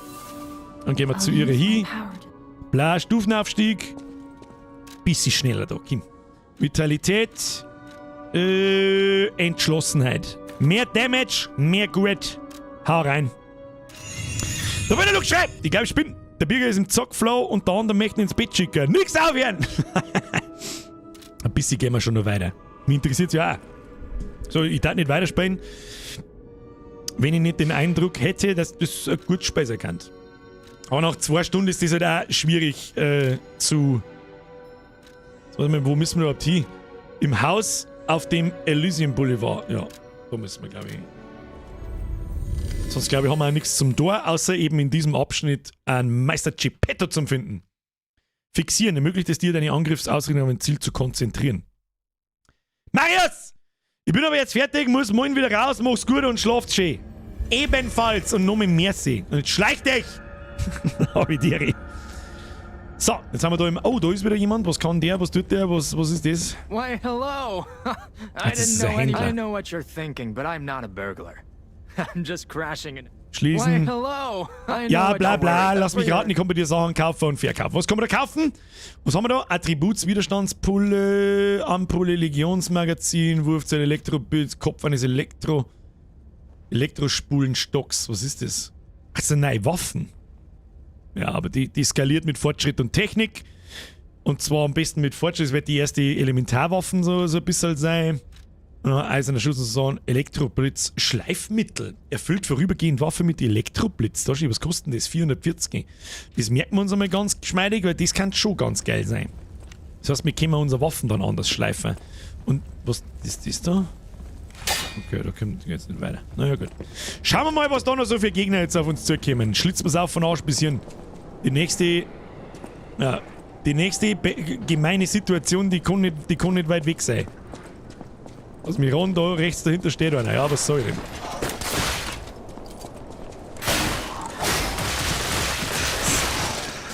Ja, ist gut, Kinder. Ist gut.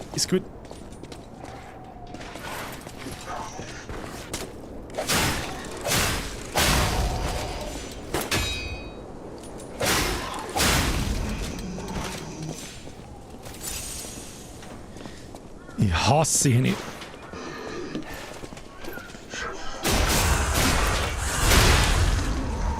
And this was a so-called Pro-Gamer Move. Ganz oft in den Spielen machen Anfänger, so war bei mir genau dasselbe, oft einmal den Fehler, dass die Ausweichrolle immer weggemacht wird vom Gegner. Egal was er tut, oder weg vom Boss. Was ganz oft hilft, so bescheuert wie es sich anhört, in den Gegner einrollen. Und ganz nah dran stehen. Vor allem bei so überdimensionale Riesenbosse. Warum? Weil die... Naja, das ist schon der Loot. Ja, das ist ganz toll.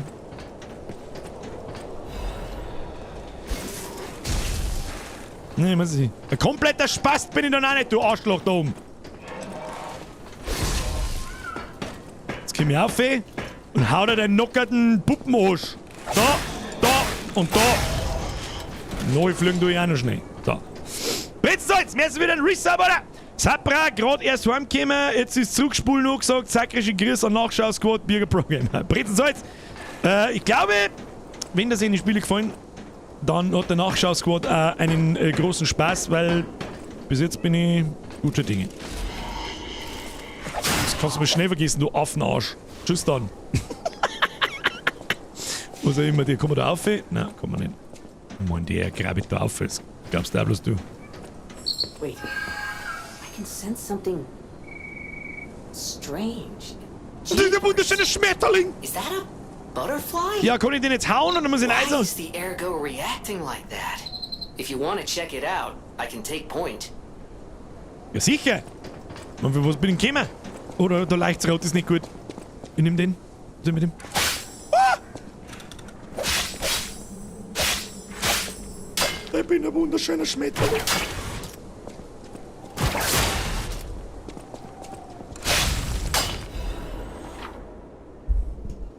Selbe wie in Dark Souls, da sind die kleinen komischen blauen Viecher, die an einer bestimmten Stelle sind und wenn du das sechst, laufen sie davor und du hast nur eine bestimmte Zeit den zum Zusammenhauen. In manchen Teilen von Krat erscheint gelegentlich ein dimensionaler Schmetterling. Monatslampe kann den Schmetterling aufspüren und leuchtet rot auf, um auf seinen Aufenthaltsort hinzuweisen. Das heißt, wenn mein Arsch funkt, da so, und es ist irgendwo ein Schmetterling. Sobald man sich in der Nähe des versteckten Schmetterlings befindet, erscheint er. Nach gewisser Zeit verschwindet der Schmetterling in eine andere Dimension. Töte ihn, um nützliche Materialien zu erwerben. Das ist genau das Gleiche. Das ist genau das Gleiche wie in Dark Souls. Also es ist wirklich 1:1 kopiert eigentlich alles. Bloß wird in ein neues Setting verbackelt und ja. Aber mei, du, ich glaube vorher hat es schon jemand in den Chat reingeschrieben, lieber schlecht kopiert als, lieber gut kopiert. Was ist denn jetzt wieder? Dir traue ich nicht. Na? Dir traue ich nicht. Jetzt da schon oben. Ja.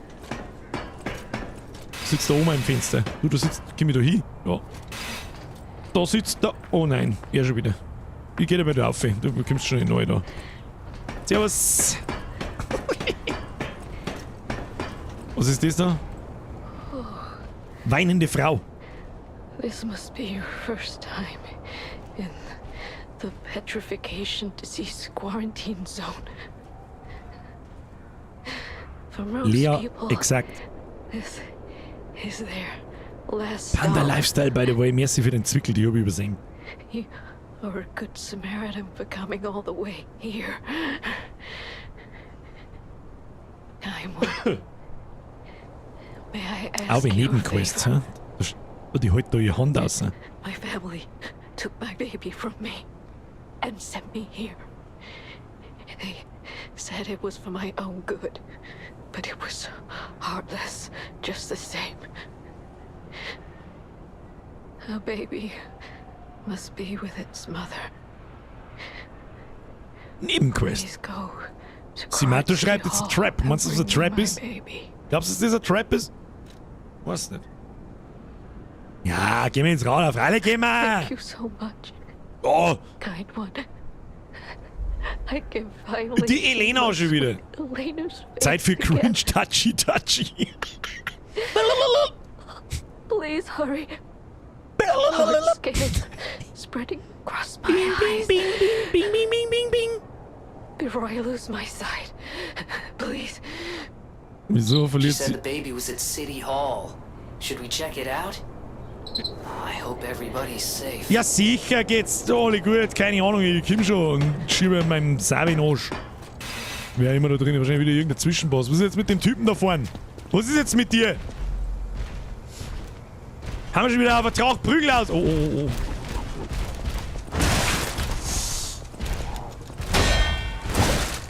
Okay, chill die Kniescheibe, Meister. Okay?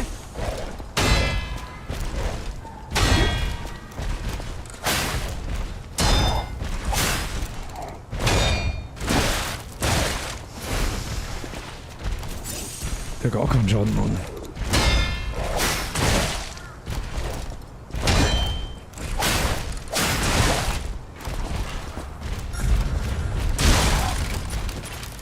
Muss ich mir jetzt am Schluss noch schnell vorführen lassen, ja? Es war der gleiche Gegner wie da am Anfang. Bloß, dass er keinen Schaden mehr kriegt. Seid ihr, was ist? Achtung, ein Meme habe ich noch. Aber das ist schon, das haben wir schon länger. Depp! +1. So, den probieren wir jetzt noch einmal. Sag ich, was ist, da ist nicht weit hin, den probieren wir jetzt noch einmal. Oh, Scheiß, geben wir ihm noch. Schauen wir mal, ob wir ihn kriegen. Das Wichtige ist, du kannst die, das ist ähnlich wie in Seki. Oh, das ist ja voll. Das ist ja voll weit! Mein Gott, jetzt bleibe ich wieder dahin. Ah, okay. Und ja, jetzt fängt die so, dass ich keine Geduld mehr habe und dann kriegst du von denen scheiß Idioten.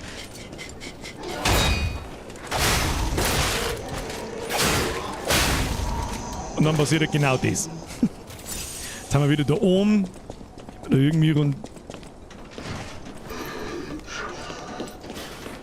Kannst du lange im Kreis laufen, der Trottel. Wenigstens ist man einigermaßen unverwundbar, wenn man diesen Stagger-Mode da triggert. Jetzt gehen wir weiter. Lassen wir mit den Trottel laufen, lassen wir da umeinander gimpen. Ist mir wurscht. Da war dann die alte draußen. Ja. Runter. Zack, und dann kommt der böse Mann. Böser Mann. Ja gut, ist so. Oh, jetzt hab ich aus Versehen auf Heilen. Oh Mann. Na gut. Gut. Ist mehr da.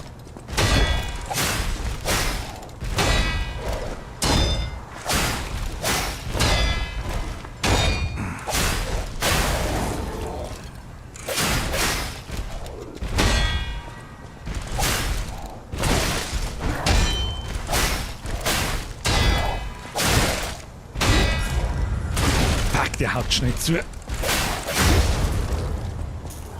Das ist das Wichtige, das müssen wir triggern. Passt.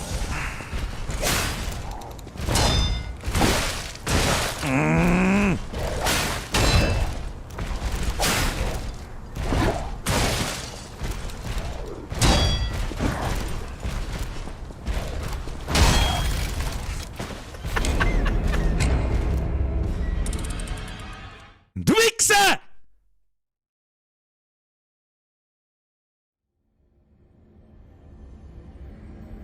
Hm? Das lasse ich so nicht auf mir sitzen. So nicht! Freunde der Kackfrisuren Unterhaltung. Tschüss dann! Tschüss dann! Durchaus eine Technik, kann man so machen. Muss man nicht, kann man so machen. Also jetzt da lang die jetzt mit diese Trottel da über den Haufen schlagen, oder was? Mir wurscht. Da. Ja, wir klammern da den Schund zusammen. Und jetzt hat's die, mein Freund. Was kann denn eigentlich mal schnurren? Meister, was kann denn mal schnurren? Gib mir da. Oh, gar nichts.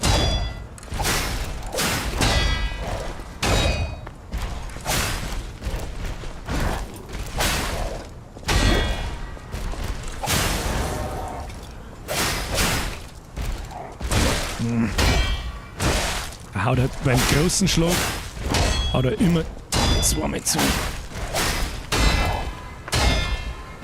Nein, nicht! Fuck! Kackt.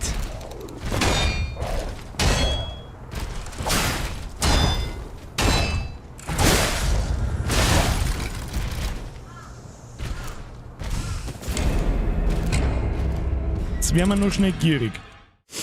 Faust und Waffe aufladen. Faust bringt nichts, habe ich schon probiert. Das Fäustchen bringt nichts. Das interessiert ihn gar nicht. Ich hab diese Faust in diesem Sinne nicht mehr und wenn der so schnell zuhört, dauert die Faust sauber zu lang zum Aufladen. Das bringt gar nichts. Ich muss seine Angriffe perfekt parieren, bis er staggert ist. Dann kriegt er den starken Angriff und dann muss ich noch mehr ein bisschen aushalten, bis er stirbt. Anders ist er nicht zu machen. Vielleicht einmal mit Throwables probieren. Warte mal. Jetzt probieren wir mal was. Warte mal. Was haben wir denn da so? Müssen wir uns ja nicht unnötig. Ja, schauen wir es uns halt heute noch an. Das ist der Mirwald. Der Mirwald. Und dann haben wir Lehrerslot, oberer Gürtel. Damit das da her. Kommen wir da nicht. Beschützt bei Treffer vorübergehend das Todesergo. Okay, das brauchen wir nicht. Repariert sofort Waffenhaltbarkeit. Das ist die Fabelon. Ja, Legion brauchen wir auch nicht. Attributsleiden entfernen brauchen wir auch nicht. Oder so Throwables, Wurfobjekte. Was haben wir da so? Entschlossen. Ja, gut. Ja, tun wir das da rein. Lass mich auf, da will man so machen. So, jetzt ist die Frage, auf X wirft man das. Das werfen wir jetzt einfach mal ins Gesicht und schauen wir, wie viel Schaden das macht. Das ist, warte da, das Ding, diese Bombe da. Und schauen wir, was das kann. Y und LB plus Y im Kampf, das ist absolut richtig. Es geht aber nur, wenn es aufgeladen ist. Weißt du schon. Dann machen wir gleich einmal diesen hier. Oh ja. Gar nicht so wenig, okay. So, schauen wir mal.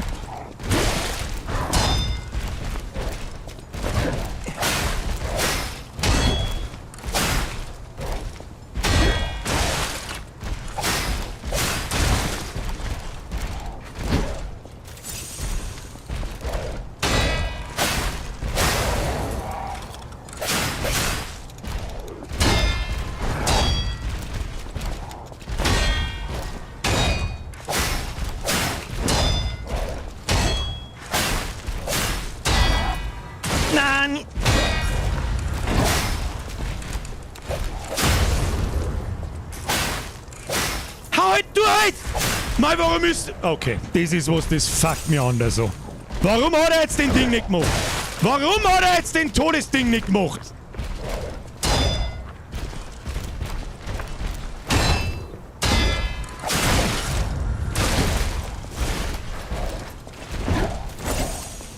Was, du Wichser?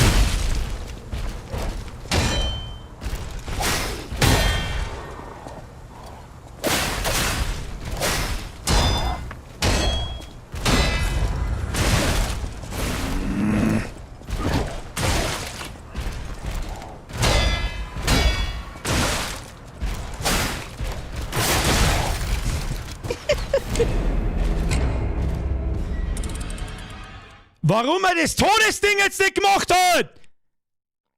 Das möchte ich wissen, XY, scheiß auf Y!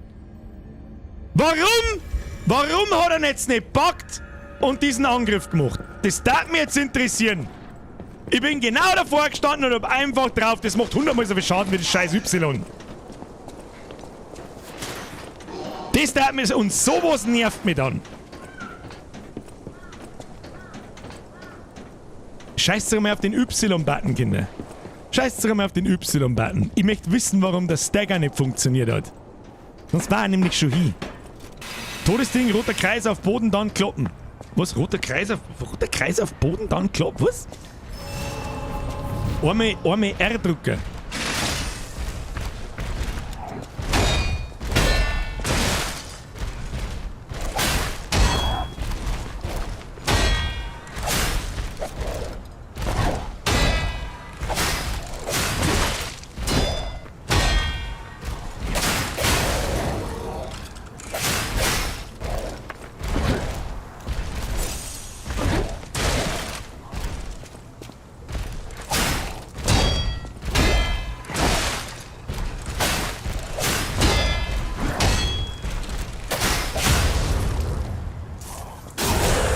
Jetzt geht's auf einmal! Oh, das macht fast keinen Schaden nicht. Du Furze, Junge! Was, Waffe wechseln? Was zeigt man jetzt? Waffe wechseln noch! Da, nochmal. Y macht keinen Schaden an solche Riesenbosse. Du musst die, glaube ich. Also so fühlt sie sich an. Du musst die halbwegs perfekt oberspulen, damit du die gebrochen kriegst. Und nur dieser, wie als da den von hinten abstehen, die kleinen Mobs da, die dann auch aufs erste Mal sterben. So kriegst du das dann. So, jetzt war eigentlich ganz fair, muss ich sagen.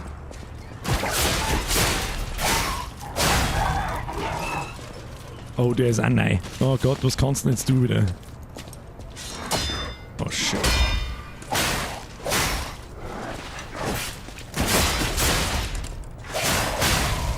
Der hat einen Zweihänder, Alter. Okay. Ja, Abkürzung war toll. Haben wir Abkürzung irgendwo? Da vielleicht? Ja! Ja! Abkürzung geht! Ist das überhaupt eine Abkürzung? Ich weiß nicht, ich hoffe, da hat der Hundsvieh. Sagt man da Abkürzung?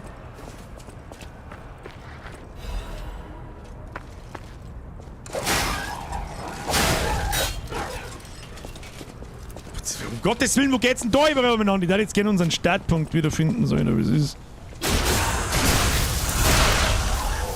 Ja. Haben wir da so? Was war das für Kackpuppen da?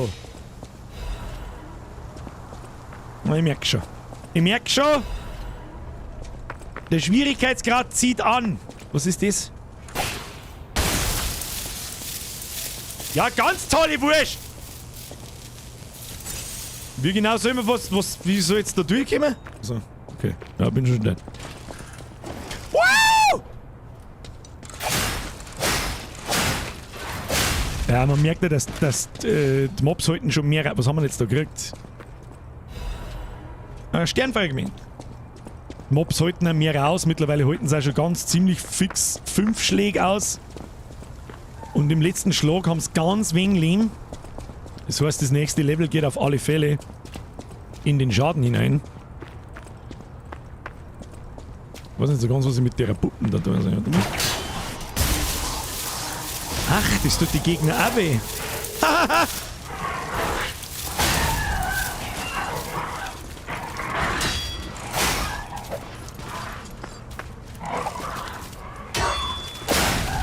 Stirb das Sau.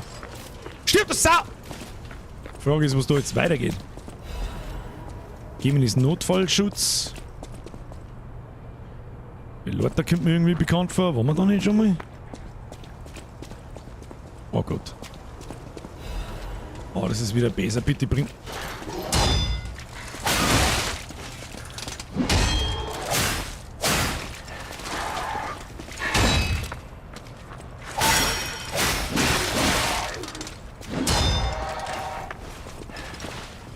Oh, das ist wieder so ein Grauser, den du nur durch Blocken gefickt kriegst.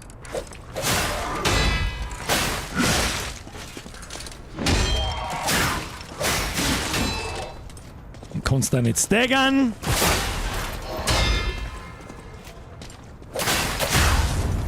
Und genau dieses. Das ist der Schlüssel zu den Mobs. Hat's denn schon? Kruzifix nochmal. Wurfzelle, sterb, Kruzifix, jetzt wird's wieder scheiße eng. Nur noch halb Leben.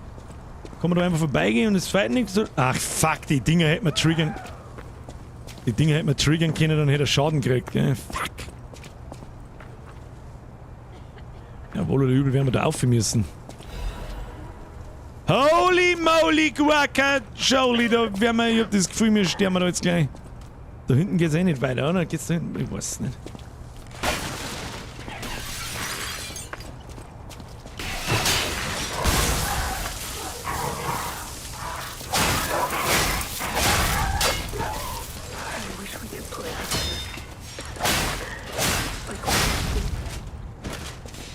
Ich weiß nicht, wer da schon wieder labert. Da ist nur irgend so ein Arschloch hinten? Ja, natürlich.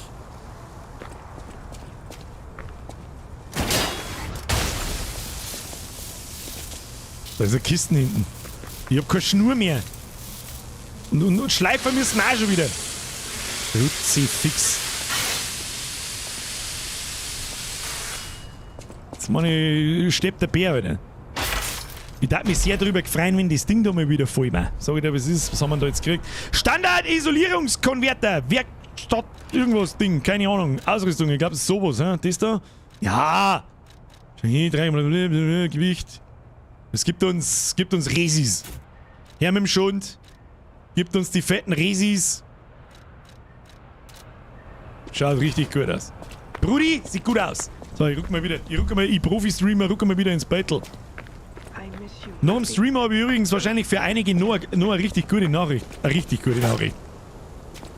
Nicht für alle wahrscheinlich, aber für einige.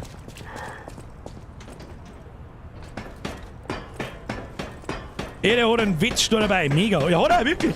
Kann er sein Ding wieder zusammenbauen da. So, ist jetzt da wieder... Ah! Du Fotze! Da waren wir doch... Hä?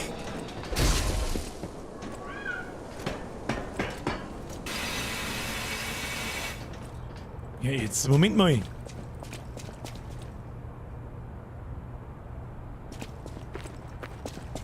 Haben wir da im Kreis gelaufen, oder was gibt's da bloß Loot geben? Wow! Da war der Schmetterling. Wo war der Schmetterling? Wo war der Achso, da war der Schmetterling. Ja. Ja, ich verstehe schon. Warte mal. Jetzt da noch nicht. Da haben wir vorher hinter da als Loot gehen. Aber ich sehe jetzt da keinen Weg, wo es weitergeht. Oder was? Oder war das gar keine Abkürzung, sondern bloß ein neuer Abschnitt, der kurze? Da ist was. Da blinkt Deps. Warnung. Versteinerungskrankheit, Quarantänezone. Betreten verboten. Haben wir doch den anderen Trottel zusammen. Bin ich verwirrt. Dann war das bloß ein Abschnitt und gar keine so eine richtige Abkürzung, oder wie? Wobei, eigentlich war es schon eine Abkürzung, weil jetzt kann ich natürlich da oben, anstatt dass ich dann den kompletten Weg laufe und den fetten Trottel da jetzt mit zusammenhau, kann ich außen rundum und die Treppen aber... Wow! Du Klappspaten, du! Oh, shit. Ja, weiß ich nicht. Schau nur eine Viertelstunde auf deinen scheiß Ohren, du Trottel!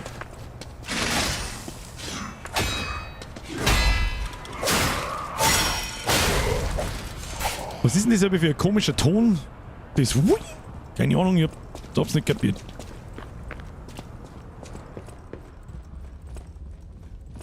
Ein bisschen früher für den Horror-Oktober, sag ich dir, was ist? Reparieren. Okay, der Pinocchio repariert. Und jetzt halt? Gibst du Hebel!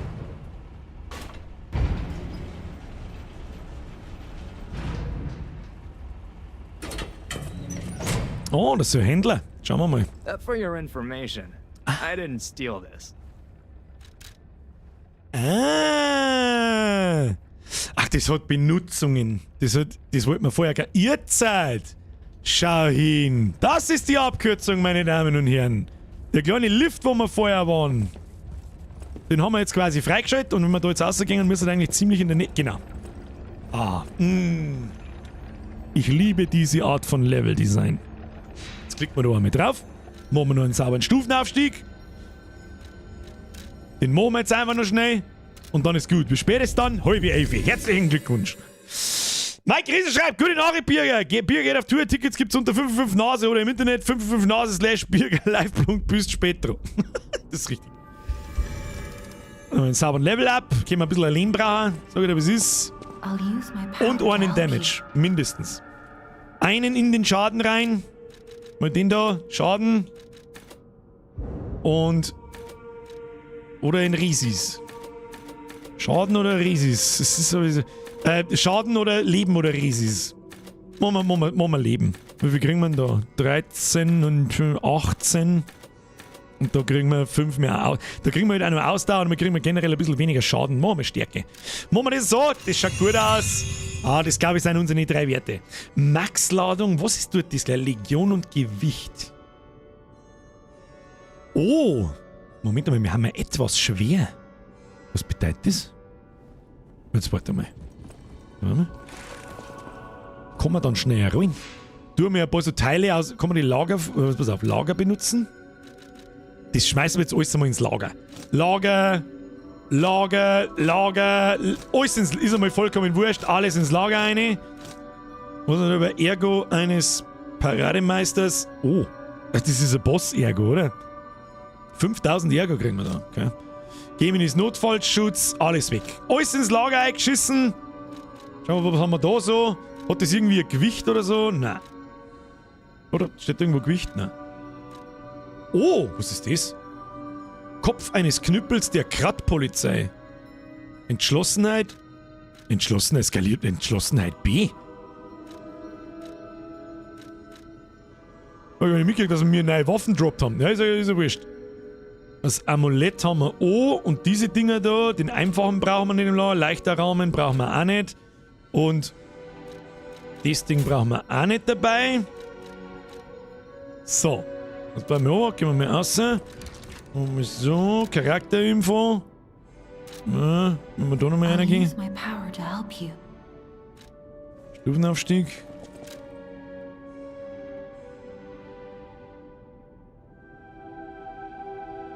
Steht immer noch etwas schwer, wenn man genauso viel Gewicht dabei wie im Nu rechts oben steht der Gewicht. Tatsächlich. Aber...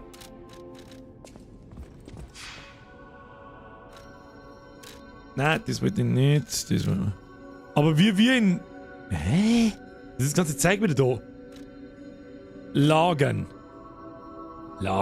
Lagern? Ich kapier's nicht. Wähle die Menge. Lagern. Bis zu 2. Okay. Und dann? Drücke auf Kreis.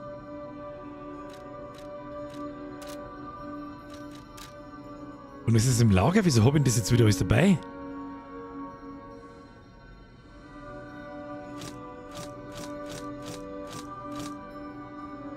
Gott, das zeigt da überhaupt ein Gewicht?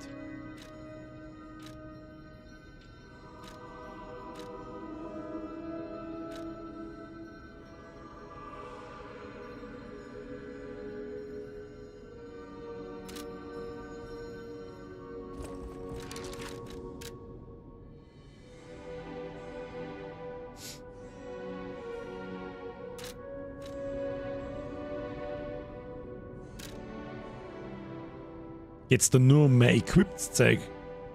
Klingen-Upgrade-Material haben wir eigentlich auch schon ziemlich viel gefunden. Das haben wir schon 5 Stück von dem Zeug gefunden. Kann man auch mehr upgraden. Gewicht 9,9. Jetzt lagern wir mal die Waffen ein und schauen wir, ob sich dann das Gewicht verändert. Nein, da wollten wir nicht. Da wollten wir nicht. Ja, Lager benutzen. So. Lagern. Okay. Oder geht's wirklich nur... Es geht wirklich nur um das equippte Zeug, gell? Ja gut, dann können wir es natürlich nicht ändern. Dann müssen wir aus dem Lager wieder alles rausziehen. Es steht ja da im Menü rechts um. Du, ich weiß es. Ich wollte bloß wissen, ob ich es irgendwie bestätigen muss, also aus dem Lager da einmal rausgehen muss, damit es besteht. Jetzt ist ja das Zeug aus dem Lager wieder im Inventar! Und erklärst mir jetzt, wo das wieder herkommt! Sein Blödsinn! Rausholen. Es kann nicht mehr herausgenommen werden. Wie? Hä? Das ist doch...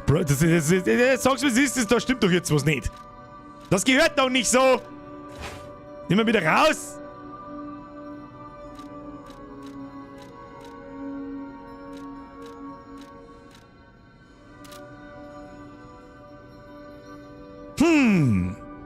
Die Mucke in dem Track klingt bis jetzt einfach nur düster und ohne Hoffnung. Ja, Chris Werner?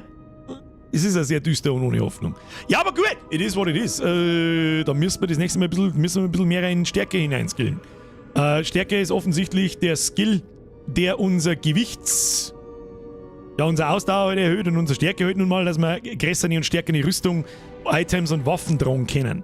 Weil ich nämlich glaube, genauso wie in Dark Souls auch, rechts oben steht das Gewicht. Wir haben 38,7 von 64,2 Kilo. Nehme ich es jetzt einfach mal dabei. Das sind 60%. Gelb steht schon drunter, etwas schwer. Und normalerweise gibt es so eine Staffelung, auch bei Dark Souls, ab, ich glaube, Prozentzahlen habe ich jetzt nicht im Kopf, ab 30%, ab 60% oder ab 90% oder irgendwie so, wird deine Rolle und deine Ausweichgeschichte langsamer und lauter so Geschichten. Und so weiter und so fort. Neue Waffen ausrüsten habe ich jetzt deswegen nicht da, weil es weniger Schaden macht, wie die, wo ich jetzt habe. Ganz einfach. Speichern.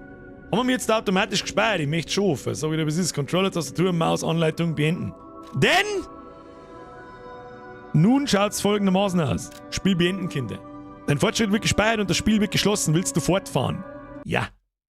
Sag ich dir, wie es ist. Denn nun ist es fast 11:15. Kinder. Ein kurzes Fazit.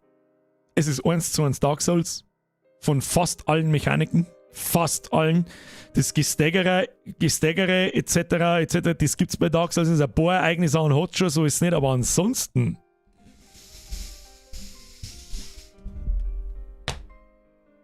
Der Lobner schreibt, unter der Hälfte muss es sein, damit man Fast Roll hat. Ist jetzt die Frage, ob du Dark Souls meinst oder eben Lies of Pi. Souls of Pi. Ja, das beschreibt es sehr schön, Sprengi. Ganz ehrlich, erster Eindruck ist stabil. Bis jetzt habe ich noch nicht recht viel Unfaires gesehen. Sag ich ganz ehrlich. Ein paar Steine waren nicht schon mies, aber die gibt es auch in Dark Souls und die gibt es auch in Elden Ring. Wo du auf jemanden zugehst und auf einmal kommt von der Seite noch einer und dann sind es 5 gleichzeitig, währenddessen von oben einer was abwirft und so. Es fängt schon sehr früh an, so zum werden, muss ich sagen. Aber bei Dark Souls war es so, schreibt der Herr Lobner, können wir beim nächsten Mal ausprobieren. Ja, jetzt ist die Frage, was der mal am Montag? Urlaub oder das hier? Jetzt wird's weil ich habe nicht damit gerechnet, dass das mich so fixt, gell? Also ist kein Muss das Game. Wenn du Dark Souls magst, dann darf ich schon sagen. Aber, ganz furchtbar wichtig, ich habe mir das nicht gekauft. Das ist ein Microsoft Game Pass. Ich muss immer wieder dazu sagen, das ist keine Werbung. Ja, ich hab den bloß selber. Es ist gestern rausgekommen, glaube ich. Es ist gestern rausgekommen und ist halt im Game Pass drin. Für 10 Euro im Monat und länger Space sowieso nicht, seien wir uns ehrlich. Wenn es mich anfixt, dann Space so schnell durch, dass es in einem Monat vorbei ist. Und wer es mal ausprobieren will, etc. Montag, Lies of. Werden wir sehen, du, das entscheidet der Spontanbürger. Das Ding ist, am Montag muss ich sehr zeitig aufhören. Ich mag nicht schon wieder einen Stream absagen. Ich weiß, Bürgerin hat Geburtstag. Da bin ich halt dann einmal zwischen 8 und 10 weg. Das heißt, ich bin um Punkt 8 da und ich bin um Punkt 8 auch wieder weg. Das heißt, da wird nicht überzogen wie heute. Und eventuell gibt es dafür dann nächste Woche sicher einen Freitagsstream. Wenn, das muss ich kurz überlegen, gibt es den wirklich? Ich mag es noch nicht versprechen. Weil nämlich die Bürgerin noch feiert.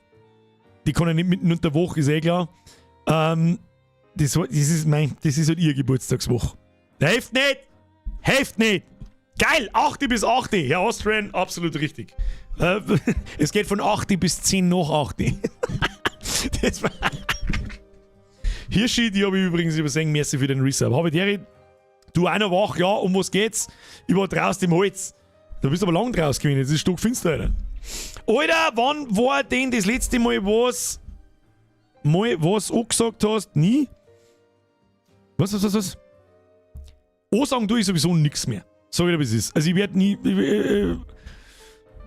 was man auf alle Fälle mal gut heißen muss, ist, dass es richtig cremig läuft. Das ist richtig, das stimmt. Ja, Herr Wollner, da hast du absolut recht. Das habe ich da gar nicht. In dem jetzigen Zeitalter muss man vielleicht auch mal anerkennen, keine Grafikfehler, keine behinderten Bugs, das Spiel funktioniert, glaube ich, so wie es soll, etc. Also wunderbar. Das ist offensichtlich ein fertiges Spiel. Dankeschön. Das muss man auch mal festhalten, das ist richtig. Okay, Bürgerin geht vor, am Montag nix. Na, das tun wir nicht. Das tun wir nicht. Wir sehen uns auf alle Fälle am Montag. Sie weiß auch Bescheid. Wir können ja am Montag auch nicht recht viel tun. Ja, wir können uns da nicht mit 10 Leuten zusammenhocken und saufen und sonst irgendwas. Deswegen ist es nicht ganz so tragisch. Aber das Wochenende drauf ist halt dann eine Feier von ihr. Darum gibt es auch nächstes Wochenende keinen Stream. Das predict jetzt einfach mal so. Weil entweder sind wir am Freitag bummvoll oder am Samstag. Und wenn ich jetzt halt sage, ja, dafür gibt es nächste Woche am Freitag dann einen zusätzlichen Stream, weißt du was ist. Mach Montag frei und dafür am Dienstag. Na.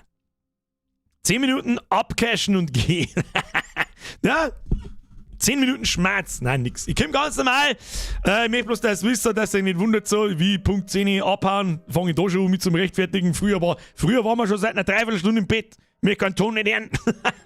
Und ich möchte ja auch, ich sag das ganz ehrlich, ich möchte ja auch kurz nach der Sommerpause, so viel zusätzliche Streams bringen, wie es geht, damit der Algorithmus mal wieder aufwacht. So, hier, YouTube, wenn Twitch schon wegfällt. Und das merkt man fein, und zwar ganz gewaltig. Das merkt man fein ganz, ganz, ganz gewaltig. Ich lege mir ins Feuer, wenn wir Twitch noch hätten, warten wir bei Starfield im ersten Stream 30% mehr Leute gewinnen. Ich garantiere dir, dass wir heute mit Twitch, wir waren mal knapp 1000 Leute einmal, das war so der Peak, garantiere ich dir, dass wir 1200, 1300 Leute warten, 100%ig. Frühes Fazit zum Spiel heute, Herr Werner.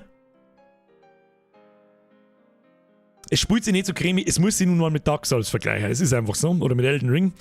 So cremig spielt sie sich nicht, aber ausreichend gut, mit Abstand das beste Souls-like neben Dark Souls, das ich bis jetzt jemals gespielt habe. Soweit ich das bis jetzt beurteilen kann. Glaube ich schon. Tuning Sepp!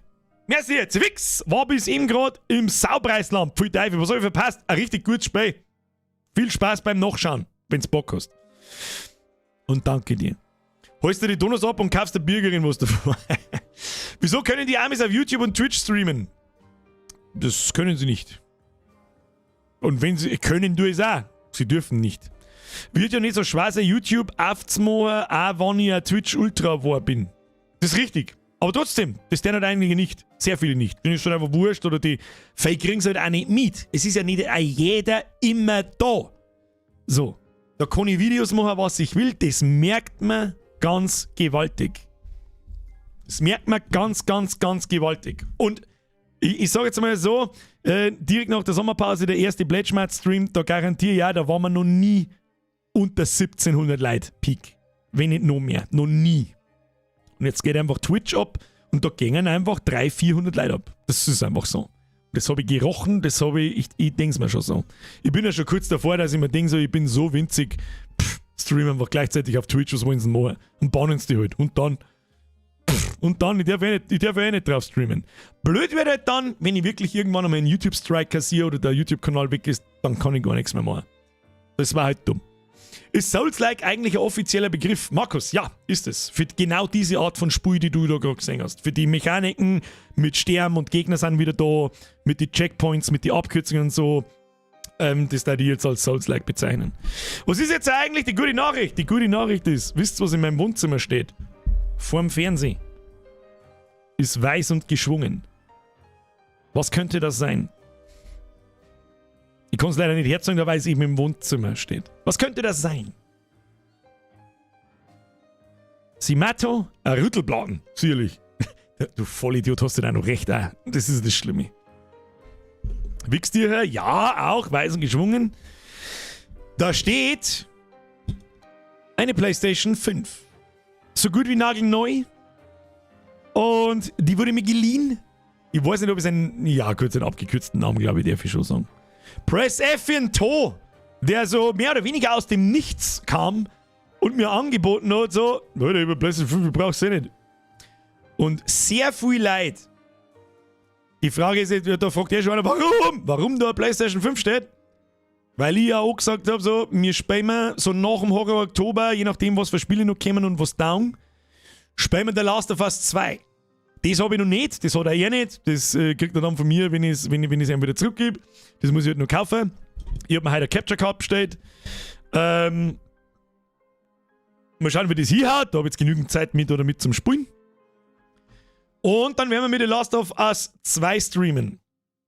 Kreislig wird, das werden wir mit dem Gamepad spielen müssen. Und ich bin ein absoluter Gamepad-Kackbratzen. Gut, ich habe mich jetzt, glaube ich, heute auch nicht so blöd angestellt bei Lies of Pi. Aber da muss ich nicht zielen. Ja? Und wir haben ja The Last of Us 1 gespielt und so, wir werden sich das nicht unterscheiden. Da wird man auch wieder sehr viel schießen müssen. Das wird sehr qualvoll für euch. Das wird sehr qualvoll für mich. Das wird sehr qualvoll für euch zum Zuschauen. Und eventuell kommt es das erste Mal vor, dass man am Anfang, bis ich ein wenig in der Steuerung bin, eventuell nicht auf normal oder hart spielen, sondern halt auf einmal, ja, genießt die Story mäßig. Damit ich da einmal so, hat so ein Auto-Aim, so ein bisschen wie GTA, dann kann es gehen. Schauen wir mal. Wie gesagt, ich glaube, das letzte Mal, dass ich so eine Art von Spiel auf dem Controller, auf dem Gamepad gespielt habe, ist 20 Jahre her. 20. Da kriegst du kotzen. Aber gut, ist mir wurscht, machen wir so. Und jetzt kommt vielleicht noch die zweitbeste Nachricht direkt da dahinter. Es ist immer so sicher wie Samen in der Kirche, dass wir mir vor Weihnachten anfangen mit The Last of Us 2 und dann wahrscheinlich über Weihnachten durchspielen. Da war noch ein Spiel mit dabei. Nämlich God of War Ragnarök. Das ist so das einzige Spiel, ist nicht ganz das einzige Spiel, aber das einzige Spiel, was sich für einen Stream eventuell rentiert. Das hätte ich eventuell auch noch im Angebot. Ich weiß es nicht. Da haben wir auch sehr... Das ist normalerweise die zweite Frage, die kommt. Hey, wenn du Last of Us 2 mit der Konsole spielst, spielst du nicht das neue God of War? Das weiß ich noch nicht. Es ist halt ein bisschen lang und es ist sehr langes Geprügel. Ob das auf Dauer funktioniert, weiß nicht. Wir können es vielleicht einmal anspielen. Und wenn es dann vielleicht anfängt, ein bisschen eintönig zu werden, hören wir wieder auf. Ganz es ist ja auch kein Stress nicht. Ist ja auch kein Stress nicht. Der Last of Us, ja, God of War, nein. So, ich sag's ähnlich. Schauen wir mal, ich habe nämlich nicht recht gute Gefühle in mein Hose, was für Spiele demnächst kommen noch. Also jetzt sagen wir mal über Weihnachten hinaus. Und Weihnachten ist geil! Jetzt ist fast fucking Oktober, Alter! Was ist eigentlich da damit? In 3 Monaten ist Weihnachten! Spielst du dann auch City Skylines 2 auf der PS5? Ja, wahrscheinlich. Der Werner Chris hat recht. Eins nach dem anderen. Aber jetzt haben wir dann erst einmal einen Horror-Oktober am Start. Ja, da werden wir gerne anfangen mit dem einen sehr kurzen Spiel. Dann die Woche drauf ist Layers of 4, da kommt dann ein Spezialgast mit dazu, das werden wir zu zweit spielen. Der sitzt dann da neben mir. Dann haben wir Amnesia the Bunker und eventuell am Schluss vom Oktober hinaus haben wir noch Alan Wake 2. Und Alan Wake 2 schaut einmal richtig gut aus. Aber, wie oft haben wir das schon gehabt, lassen wir uns einmal nicht von irgendwelchen geskripteten Gameplays blenden und von Trailer schon gleich gar nicht. We will see. Ich glaube, das ist übrigens auch alles wieder im Game Pass drin. Das heißt, ich spare mir so... Jeder kann sich so viel Geld mit dem scheiß Game Pass sparen. Ich finde es eigentlich richtig geil. Uncharted! Wann kommt denn die neue Lara Croft eigentlich? Weiß das wer? Es kommt ein Remaster von Tomb Raider 1 bis 3. Die kann man uns auch mal anschauen für eine Retro-Reise, so an einem Stream. Und die Spiele dauern ja ewig. Hoffentlich kommt Stray 2 mal raus oder was ähnliches. Du, Stray ist ja gerade mal ein Jahr alt. Das wird schon eine Zeit dauern, bis es 2 kommt. Und ich finde, Stray sollte man so stehen lassen, wie es ist, weil das ein richtig tolles, richtig schönes Spiel war. Ich finde nicht, dass man das jetzt mit einem Stray 2 irgendwie wieder... Nicht, das war so schön einfach, simpel, Storytelling ohne Storytelling etc. Das war ein richtig gutes Spiel. Let it be. Hirschi, merci wieder €1. Ich war ja auf der Jagd im Holz und nicht beim Arbeiten. Ach so, das weiß ja ich nicht, Alter. Wenn ich war im Holz, dann habe ich einen Holzhacker mit Holzfällerhemd im Kopf. Merci, Hirschi. So, nein, und jetzt gehen wir ins Bett. Assassin's Creed für den Horror Oktober, oder wie? Ja, weil es so schlecht ist wahrscheinlich. Scheiß Assassin's Creed interessiert mich überhaupt nicht. Also wirklich überhaupt gar nicht. Die nächste 0815 Scheiß Open World Teil 28 mit 100.000 Kreuzern auf der Map zum Abarbeiten. Da muss ich mehr arbeiten als spielen. Da kriegst Kotzen. Tut mir leid. Ich weiß es nicht. Stray war großartig. Stray 2 ist zwar nicht offiziell bestätigt, aber ein Developer hat es in Aussicht gestellt. Das war ja auch komisch, wenn da kein zweiter Teil gekommen ist. Die schmecken auch Kohle. It is what it is.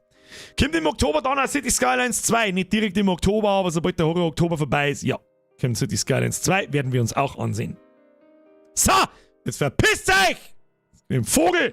Wahrscheinlich liegt Birgerin schon wieder im Bett und scheißt mich wieder zusammen. Es war mir ein Fest. Ich sag das nochmal, wie es ist, ich habe nicht damit gerechnet, dass Lies of Pi so viel kann, wie es kann. Es hat richtig gut ausgeschaut. Und was wir nächsten Montag tun, mache ich eine Umfrage im Discord oder sonst irgendwo, ob wir lieber Urlaubszeug machen oder noch eine Runde Lies of Pi. We will see. Ich wünsche euch vorab wie immer ein schönes Wochenende. Ich bedanke mich fürs Zusehen. Ich hoffe, Sie hatten Spaß. Ich hatte Spaß, sonst darf man um 5 Uhr nicht nur mehr da sitzen. Leave a like if you liked what you saw. Grüße an den Nachschau-Squad. Danke für die ganzen Donations. Schon wieder leicht. Hast du immer runtergelaufen? Das ist irgendwie den ganzen Monat schon so. Ich weiß nicht, was da los ist. Dankeschön, herzlich willkommen an alle neuen Mitglieder, still herzlich willkommen an alle alten Mitglieder und jetzt verpisst euch ins Bett. Hashtag Stragazza oder irgend so ein Scheiß, keine Ahnung. Hoi! Und jetzt ein Schlagzeug. So, jetzt muss ich wieder eine Viertelstunde lang da in der Steuerung umeinander rein und dann